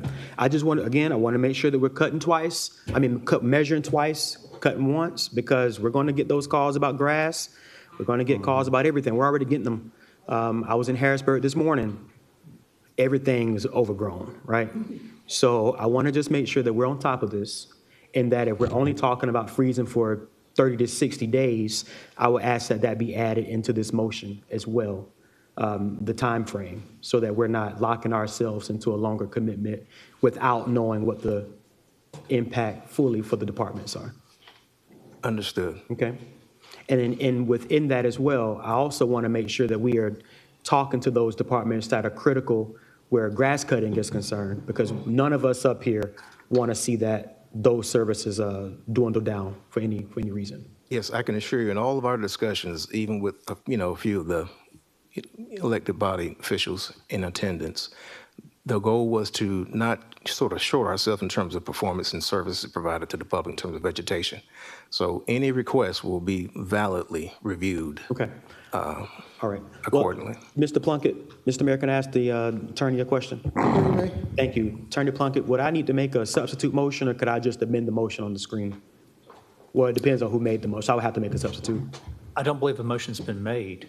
Well, there's a motion on the, okay, well, I will. That's the agenda I got you. item. I'll make a motion to approve making part of the 26 budget regarding which, if any components of the draft realignment concept should be developed into a final proposal, and to freeze positions for 60 days. I'll second that. All right, there's a substitute motion seconded by Commissioner Alvin Mason. Well, it's actually, that's the main That's the motion. main motion. All right, I'm sorry. Main motion, 60 days. Deputy Jackson, you good with that? With the administrator, you good with 60 days, sir? Did I give you enough time to do what you need to do? Yes, sir, and if an extension is needed, we will notify the commission. And if there is an extension needed, you will notify us. Thank you so much. Chair recognizes Commissioner Francine Scott from the 9th. Thank you, Mayor Johnson. I have a quick couple of questions, and Dr. Malik, would you come forward as well? Mr. Jackson, now, is this realignment concept, is this in line with what I think the mayor had on the agenda a couple of weeks ago about public works? Would this be the public works department?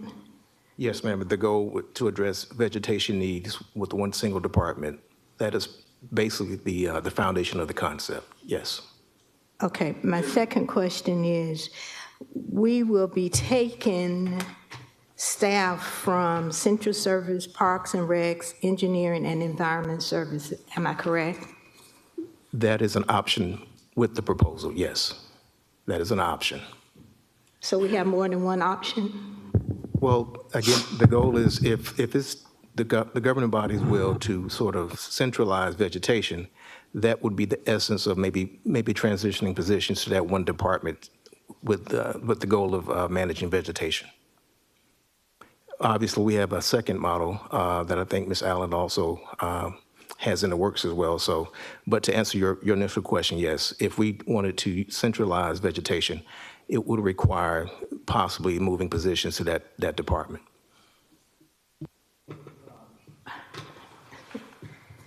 Okay, Dr. Malik, could you speak on this realignment, especially when it comes to engineering and environmental service? Yes, ma'am. So, not necessarily on the proposed restructuring, but I would like to speak on this position freeze. It will negatively impact at least my operation because I have only 15 full-time positions that cuts the grass. The rest are contract services, and freezing other positions like my inspectors, my managers, land acquisition, all, it's going to negatively impact the operation of the department. Those positions has nothing to do, or they are not the part of the services which are going to be removed. So I will really ask this body even 60 days because we are on a process. Same as for the environmental services. We need the operators at the landfill to keep them functioning. And if we freeze 60 days, it's going to impact the compliance issue, all of the stuff. So yeah, if there's assistant director vacant position at the environmental services, if that need to be freezed, it's been there, like, I'm not even feeling that, so that can be, but it should be, I know it says critical position, but who's gonna decide what is critical? So we're gonna have that argument between the director and the administrative office. So to me, this position freeze is really premature. It will, at least I'm speaking for environmental services and engineering, it will definitely negatively impact my ability to continue the services. Yeah, because, right now, engineering has 171 positions and 140 field and 31 on-field, but I say only 15 are full-time positions that support the grass cutting. The rest are contract services or the other position maybe partially supporting it. They still has to function, do the other function. Deputy Jackson. So again, when we assess what is critical, we look at certain factors. One, what is the need, immediate need at the time, how long a position may have been vacant, So when we make these assessments, it's not just something that's done arbitrarily. We talk with the department, and in most cases, if it's something that's going to impact services, obviously, we will err on the side of working with the department to fill the position. Thank you, Deputy Jackson. Madam Commissioner Scott, you still have the floor, ma'am. You done? You yield? Can I yield but stay in the queue? Maybe I may come out. Yes, ma'am, you may. Commissioner Tony Lewis, you have the floor, sir. You're out? Okay. Last question. On the financial impact, it said we'll create a new director position and either create a reclassifying a deputy position. So where would those position and funding come from? Would it come from the vacant, frozen position that you're trying to ask us to approve to freeze? That will be part of the financial impact assessment that we would go back after this meeting and bring back to the governing body and provide you an update to that particular issue. So may I? Yes, ma'am. Continue. So you would make a decision on where to take a position from, or two positions to make a director or a deputy director? As part of the financial impact assessment, those are some of the things that we would discuss. Again, this is just a concept. Coming back with a financial assessment is something that we would be tasked with once this is approved. And you want us to prove it today? The concept? The concept, yes. This is just the concept? Just the concept. So we can actually come back and change? Yes, this is just to approve the concept, then we would go back and do the financial impact accordingly. You yield, Commissioner, from the ninth? Commissioner Johnson from the first. Has any of the directors in these departments that's going to be impacted, have they been brought to the table on this draft realignment concept?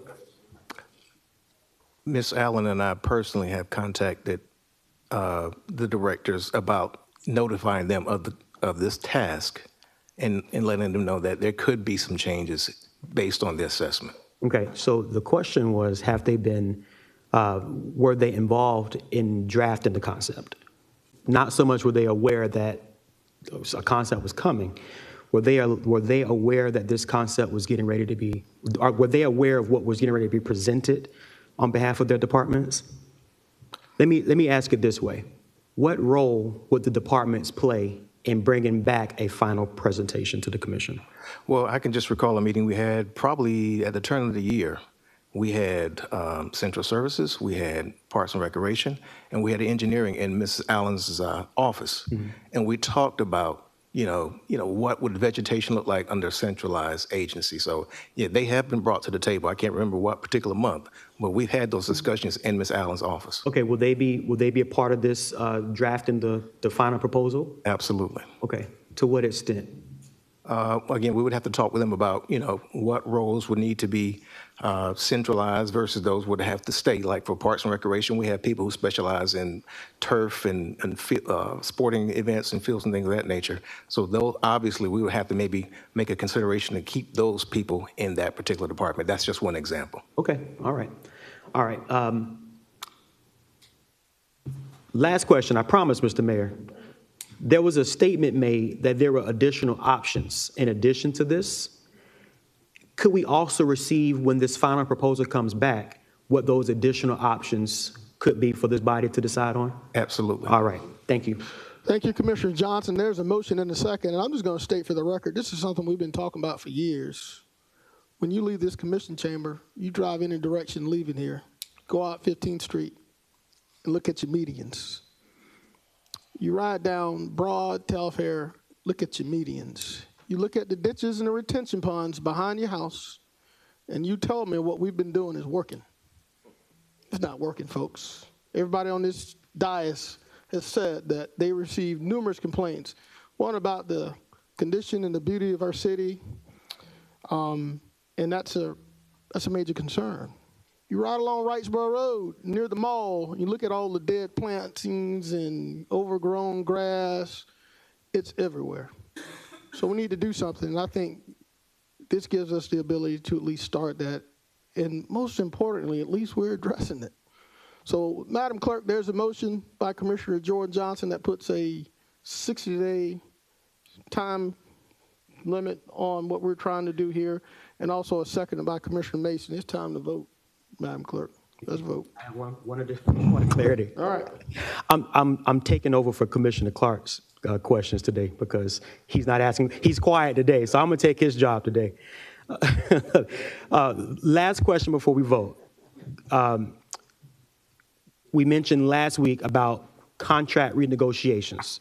Will that also be a part of this concept? Because I know, and Mr. Mayor, with his comment reminded me that we have a lot of people getting contracts to do this work.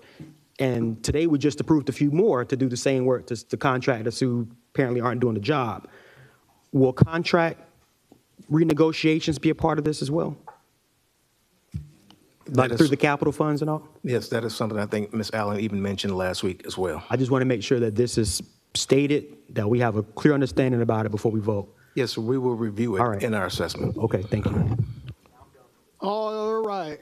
Thank you, Commissioner Johnson. Madam Clerk, let's vote on this item.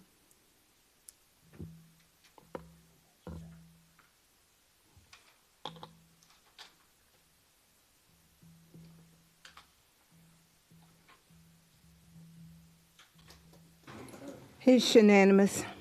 Thank you, Madam Clerk. I think that takes us to item number 20. This is item 20. Item 20, a motion to approve Housing and Community Development Department's request to provide funding to Augusta CSRA Habitat for Humanity to continue development in the South Augusta area and support the construction of 2 single-family units to be sold to low-income home Thank you, Madam buyers. Clerk. I know Commissioner Johnson asked a few questions regarding this, but Deputy Director Lewis, again, colleagues, to change from the requested funds, the cost of construction was $80,102.22. It decreases to $48,482.82. Ms. Burnett, would you have anything to add with Habitat for Community? If you will, for the record, please state your name and address. Bernadette Kelleher, 2532 Tupelo Drive, Augusta, Georgia, 30909. Yeah. I don't have anything to add unless there's any questions about the changes or if the commission had questions. You got it. Commissioner Don Clark? Well, we had some questions regarding it. They wanted to clean it up. So, Commissioner Clark, you have the floor, sir. Yes, ma'am. Since you're here, and we appreciate you standing and staying for any points of clarity, can you just kind of clarify the agreement that you all have, the terms of the agreement that you all have with HCD and how that's understood for both sides? So my understanding is, and I'm sure Deputy Director Lewis can do it a little bit better than me, but we have an MOU with you, but each agreement is separate. So this current agreement is not exactly the same as the first agreement. We've lowered the amount that we're requesting of the city to fund for us. We're asking for 25% of the construction instead of 50% of the construction for these 2 homes. Okay, so the terms, and again, pardon my not really understanding all the details, which is why I'm kind of asking for some point of clarity. And Deputy Jackson, if you or Deputy Lewis want to add some color to this, please do.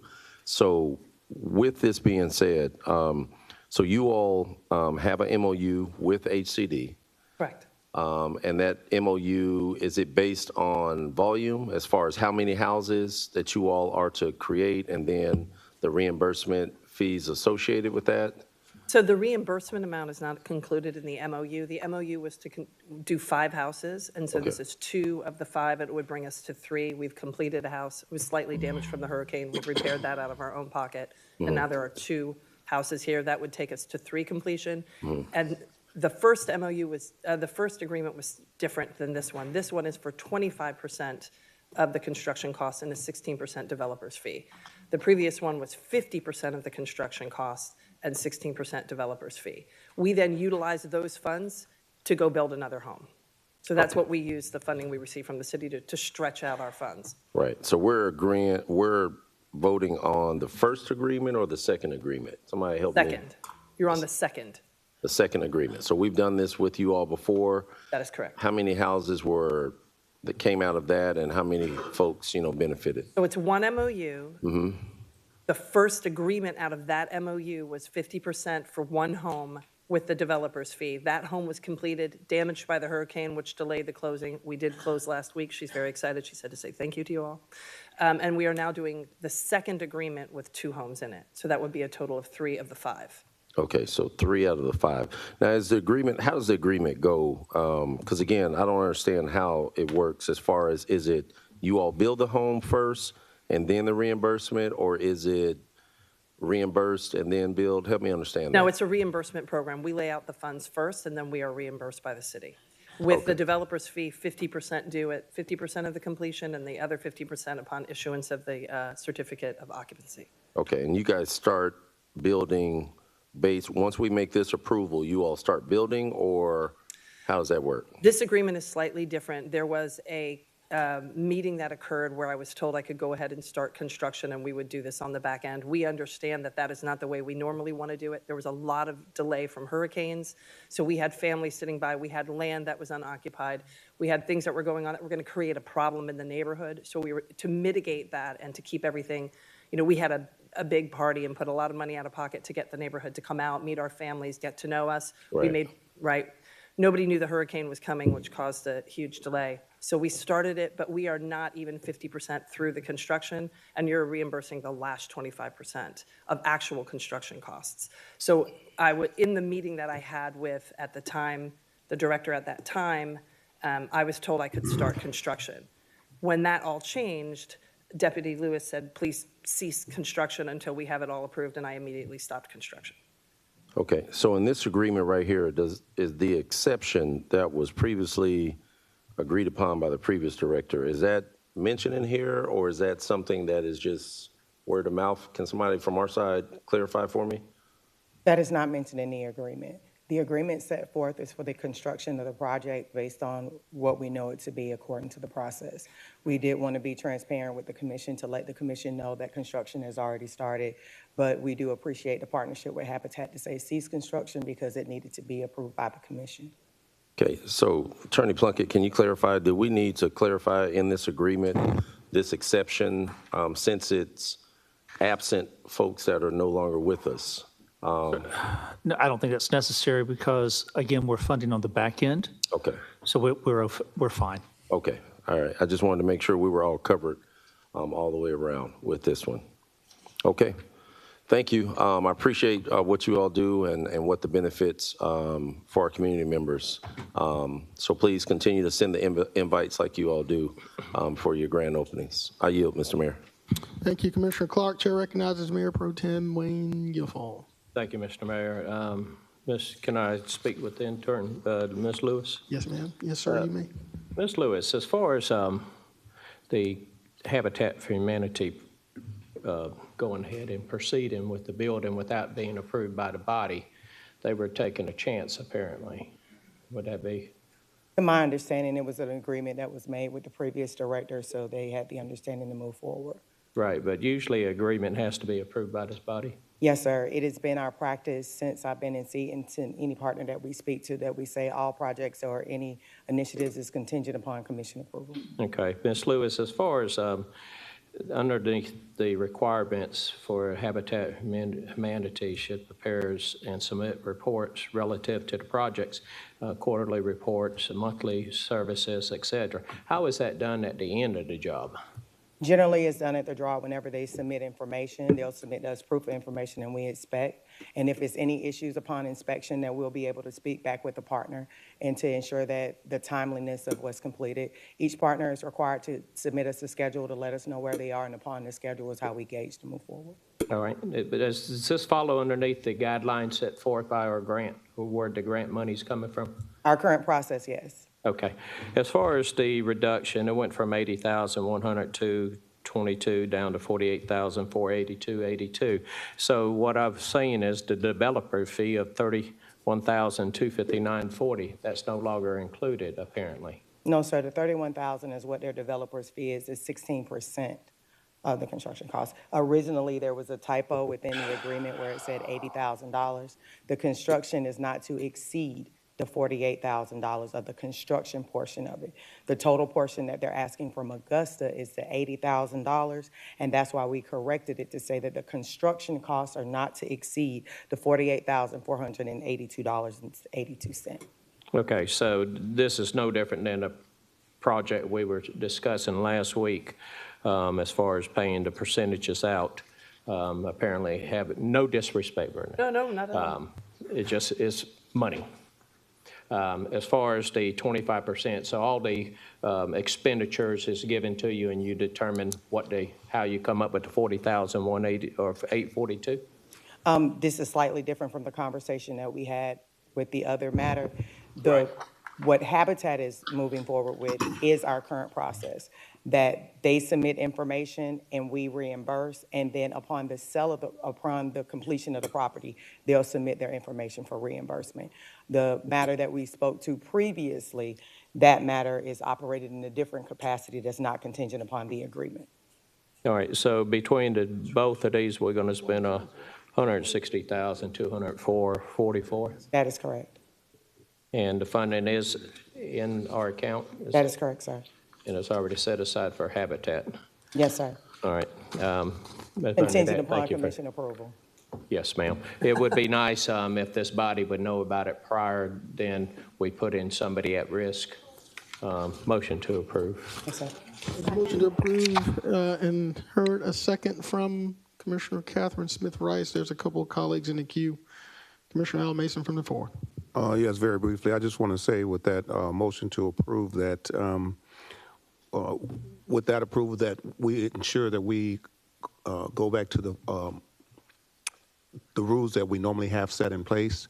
We understand that there's been some issues that has clouded it somewhat in this particular case, and so there's some exceptions that would have to be made. But we want to make sure that we're going by the protocol, the appropriate protocol, so that there would be no loss to you all if the situation didn't turn out quite right. So that's all I wanted to add to that, Mr. Mayor. Thank you, Commissioner Mason. Commissioner Clark, you back in the queue, sir. Yes, sir. Thanks, Mr. Mayor. Real quick, if Ms. Lewis, can you clarify? So we're saying we're voting today.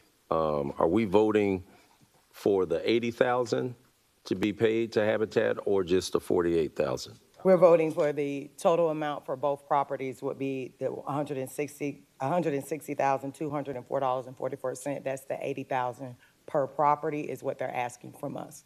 Okay. So, and real quick, because I was looking at the agreement, it states in here about the developer fee specifically. Oh. You guys should have 2 documents in front of you, one for each property.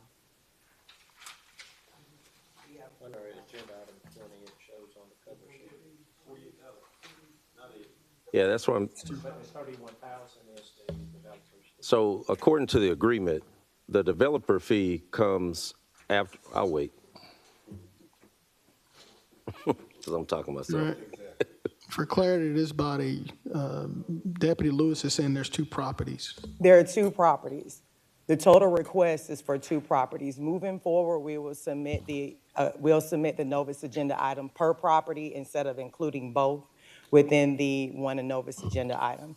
The request for the $48,000 is not to exceed the $48,000 in construction costs because that's the amount for the construction. The total amount that they're asking per property is the $80,000. Can you clarify the addresses of these 2 properties? I see 3035 Hummingbird Lane. There are 2 properties. One is for 3035 Hummingbird Lane and the other one is 3037 Hummingbird Lane. Where's that one at? Hummingbird. Hummingbird, sorry. So it's 3035 and 3037. Correct. So there are 2 properties. Moving forward, we will separate the agenda items to speak to an agreement per property instead of the 2. Okay. Commissioner Clark, you still have the floor, sir. Yeah. So, all right. So we're voting to approve the $160,000 is what you're saying? It's a total of $160,000 for 2 properties because they're asking for $80,000 $102.22 per property from Augusta on a reimbursement basis. Okay, and this is why I'm asking for clarity, because the agreement says something totally different. The agreement says that we'll pay 25% of the construction cost, which is the $48,000, right? 25% of the construction cost is $48,842.82. Right, so it should be the 48,842 times 2 as opposed to the 80,102, because the 80,102 includes the developer fees. The developer fees is supposed to be rendered once a successful sale has been completed, correct? At this particular partnership, there is no sale of the property. Well, yes, can I clarify? Do you mind if I step in and clarify? You can go ahead. Okay, so we do sell the property, but we don't collect funds at the property, we hold the mortgage. So we're collecting our developer's fee at 50%, 50% of the developer's fee upon completion of 50% of the property, and 50%, the last 50% upon issuance of the CO. And where general practices, Augusta, Georgia would receive a percentage of the sale of the property. However, to continue with the development and the services that are provided through Habitat, that money stays with Habitat to continue the affordable housing initiatives. So they totally ask from us the $80,000 amount per unit. And including in that amount is the developer's fee. So Apologies, go ahead, Ms. Lewis. in order for them to move forward with the reimbursement aspect for it, they are asking Augusta, in according to the process and according to the standards, for the total $80,000. All right, but again, so, and I'm gonna ask our interim general counsel, so is this a part of the exception that was agreed upon? Because the agreement says something totally different. The agreement spells it out on page 151 at the bottom of section C. It says that developer will not receive final developer fees or compensation if the unit is not sold within the allotted 9 months requirement. The unit This is solely the responsibility of the developer. It is sold. Correct. It is sold, but it's sold to a Habitat recipient. In the regular development, if we have a non-Habitat partner, the developer is responsible for that sale to their participant. But this particular process, that property is sold by Habitat to a Habitat recipient. If I could make a point of clarification, I think what you're looking for here is originally we received 50%. The first project we did with you was 50%. No funds were left, were asked to be paid back at the closing. Because HCD normally takes funding back at the closing, we lowered the request from 50% to 25% with no funds due at the closing because we don't receive cash at the closing. We receive an asset on our books and a small mortgage from our homeowner. So we do sell the property, but we sell it with us holding the mortgage, if that makes any sense. We hold the mortgage. They pay us every month their mortgage. So there's no cash exchanged at the table. Okay, so Attorney Plunkett, so that section is non-applicable for this agreement? Well, you know, Mr. Clark, I think it may make a little bit more sense that the total construction cost of this project is $195,000 per house. Mm-hmm. Okay, so if you look, and I have it as page 161, 25% of the total construction cost. So that's going to be, you know, you divide 48,000 by 25%, you're going to come up to the 195,000. The $80,000, which really was just a typographical error on what was page 149. Mm-hmm. So what you have is the 80,102 is the total of bricks and mortar, material cost, and the developer cost. All right, and so what they're asking for in this, or the agreement is that we put up 25% of construction, we put up the developer fee, they put up the balance. Okay. And then we fund the developer fee at 50% construction, which we're not to that point yet. And then we will fund the balance of the construction cost, our 25%, not to exceed $48,000. So theoretically, if it could be 46, we don't put $2,000 in. If it comes up at 50, they're going to put in $2,000 more. Right. But at that point in time, we will take care of the balance of the $31,000. That's their 16% developer fee, which is a number that we historically have used in construction. It's about 16% developer fees or builder's commission, or however you want to look at it. So I think the agreement actually is correct, but for the error on page 3 of each of the agreements where an amount not to exceed, where it said 80,102, which was the total of the two numbers, it should have just simply been 48,842, because you see below paragraph B, the developer's fee is separately stated. And as Ms. Lewis said, it's a little confusing that both properties are in the same agenda item, and the numbers are so close in, it's not like we were talking $40,000 for one and $82,000 on another. It just gets very confused that they're identical. I assume they're sister properties and they look very similar, and that's why the costing is all the same. But yeah, I mean, as far as the two properties is fine. I was just looking at the agreements terms in here, and where it had that section in there about the developer fees separate. And that's why I was asking for clarity of what we were voting on. But we're saying that our agreed upon term is we're doing the 80,102 per property because they maintain the property and their recipient will be utilizing it through them or paying for it through them. yes, sir. Theoretically, I mean, I assume that they could theoretically get a mortgage from another party, but Habitat provides funding or financing for this project. And so that's, it's not uncommon for certain companies that they will have a separate financing arm, and that's essentially what I think Habitat has. Okay, thanks. Right, thanks for the clarity. Thank you, Attorney Plunkett. Madam Clerk, we have a motion and a second. Commissioner Glenn Guilfoyle made the motion, second by Commissioner Catherine Smith Rice. We're voting.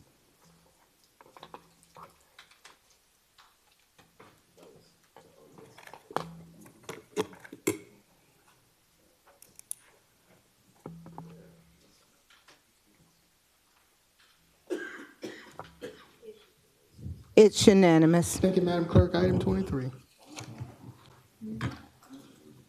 Item 23, approve the request for the PAC project change order consolidation in the amount of That's 22. 23 is the next one. I wrote over it. I'm Okay, sorry. I'm sorry. Receive an update regarding signs and medians, telephone poles, traffic signs, grocery carts, etc. Thank you, Madam. All right. Who's up on this item? Who's supposed to be giving us the update? Mr. Jackson. I will. Okay, all right. Mr. Jackson. So earlier this year, back in March, there was an agenda item sponsored by Commissioner Rice about finding ways to sort of beautify our right-of-ways. That included removing illegal signage, traffic in terms of grocery carts, replacing traffic signs. As a point of that discussion, there were about 7 agenda items that the commissioners asked us to go back, or six agenda items that the commissioners asked to go back and provide responses for. And in your packet, you will see a memo that is addressed to Ms. Allen from me on May 13th. In that memo, I identified those agenda items, and responses are in italics accordingly. Number 1, the cost estimates to reinstall damaged traffic signs. That was tasked to engineering. The cost estimate to replace those signs is $500,000, include labor, vehicles, equipment, and materials. I have been told by the engineering that those costs have been submitted for reimbursement by FEMA. Any questions on that particular item? Any questions, colleagues? All right, I don't see any. Okay. Number 2, we notified the Marshal's Office to provide recommendations about sign enforcement. We've met with them extensively. As part of our sort of collaboration between departments, the Marshal's Office has stated they will work with Planning Department to provide enforcement accordingly. It will be done every month, and they have designated staff to do so.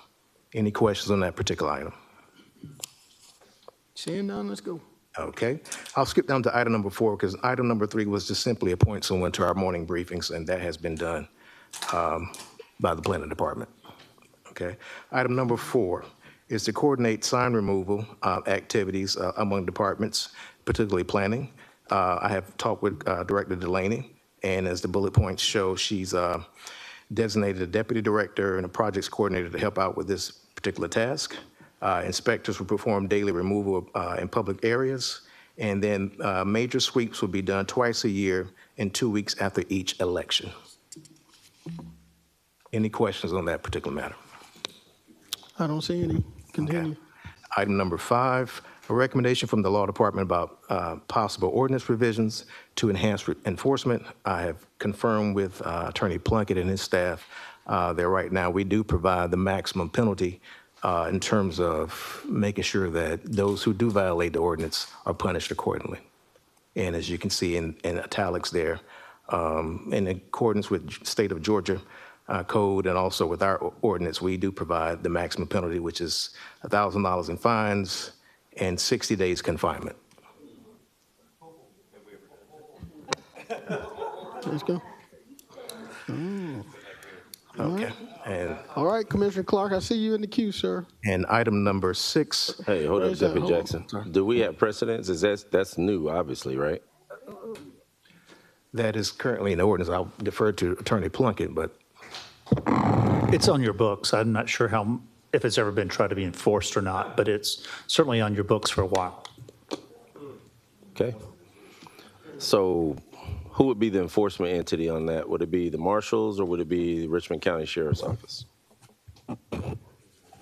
Marshals, that would be marshals, wouldn't it? Would that be the marshals? I believe it would be the marshal that would be doing it, and then it would go to municipal court or magistrate court to be prosecuted. Okay. Thank you, Commissioner Clark. Commissioner Catherine Smith Rice. I just want to say, thank you so much, Deputy Jackson, for all your work helping me on this. We've talked a couple of times. I have seen major improvement since the early part of the year and last year with the signs on telephone poles and in medians, but we got to keep it up because they can reappear at any time. So just keeping up with that. And then some of these traffic signs that are still, there's a few of them that are still, some might be missing or on the ground. I've noticed 2 or 3 I can reach out to in engineering or John if I got one that I see. But the grocery carts, that's still a disaster.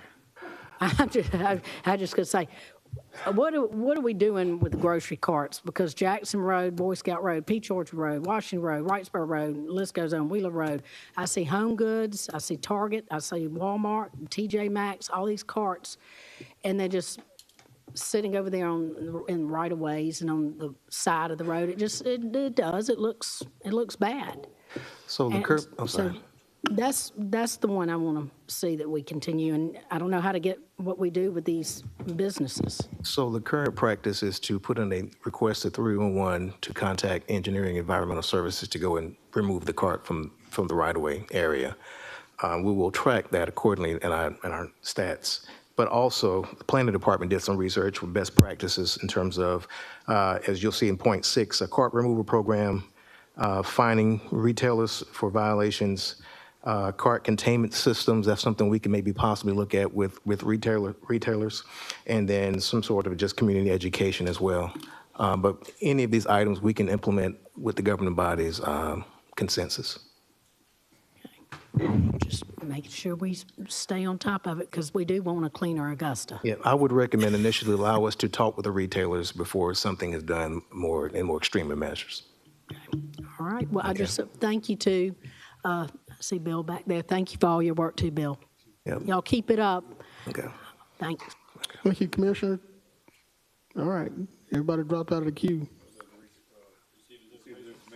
Receive his information. Are there any objections? Hearing and seeing none is received as information, Madam Clerk. Let's move on.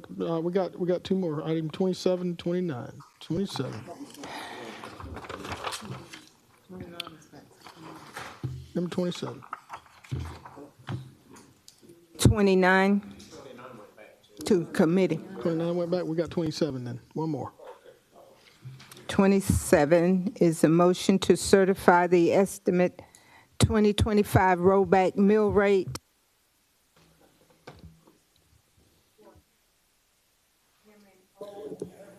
Your mic went off, Madam Clerk. Your mic is out. There you go.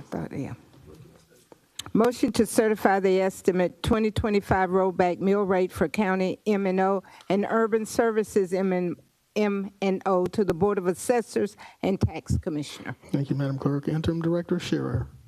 Good afternoon again. House Bill 581, our favorite House bill, and Senate Bill 92 added a new step before we send out the estimated tax bills. Previously, we've just used the prior year's rollback rate, but now the body has to certify a rate to go on the estimated bills. We've been working with the tax assessor's office, and because of the timing, they're still working on that. The digest, we're recommending that we just go with the prior year's rollback rates as the estimate. This is just an estimate. It only goes on the estimated bill that goes out on the 20th, has no bearing on what the actual rate will be when that's decided in August. Okay. Any conversation? All right, Commissioner from the first. Thank you, Mr. Mayor. Did this item go through committee? I don't remember this. No, sir, it did not. Is there a presentation that comes along with this? No, sir, I did not prepare one. Is it? Is it time sensitive? I believe that we typically have a yes, it is. presentation on this, though, correct? The presentation comes with, when we adopt the actual millage rate for sending out the tax bills. I see this is this year's. This is just an estimate that's going to go out with your I estimated got you. tax bill. Okay, all right. Motion to approve. There's a motion by Commissioner Johnson, second by Commissioner Alvin Mason. Madam Clerk, we still have a quorum. We're voting.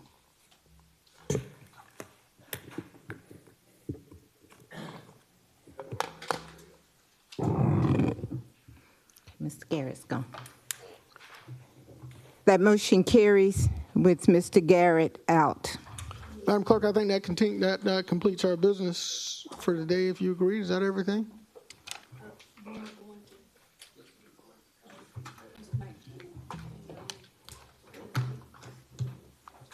We can't do it. All right, if that completes our business, Madam Clerk, this meeting's hereby adjourned.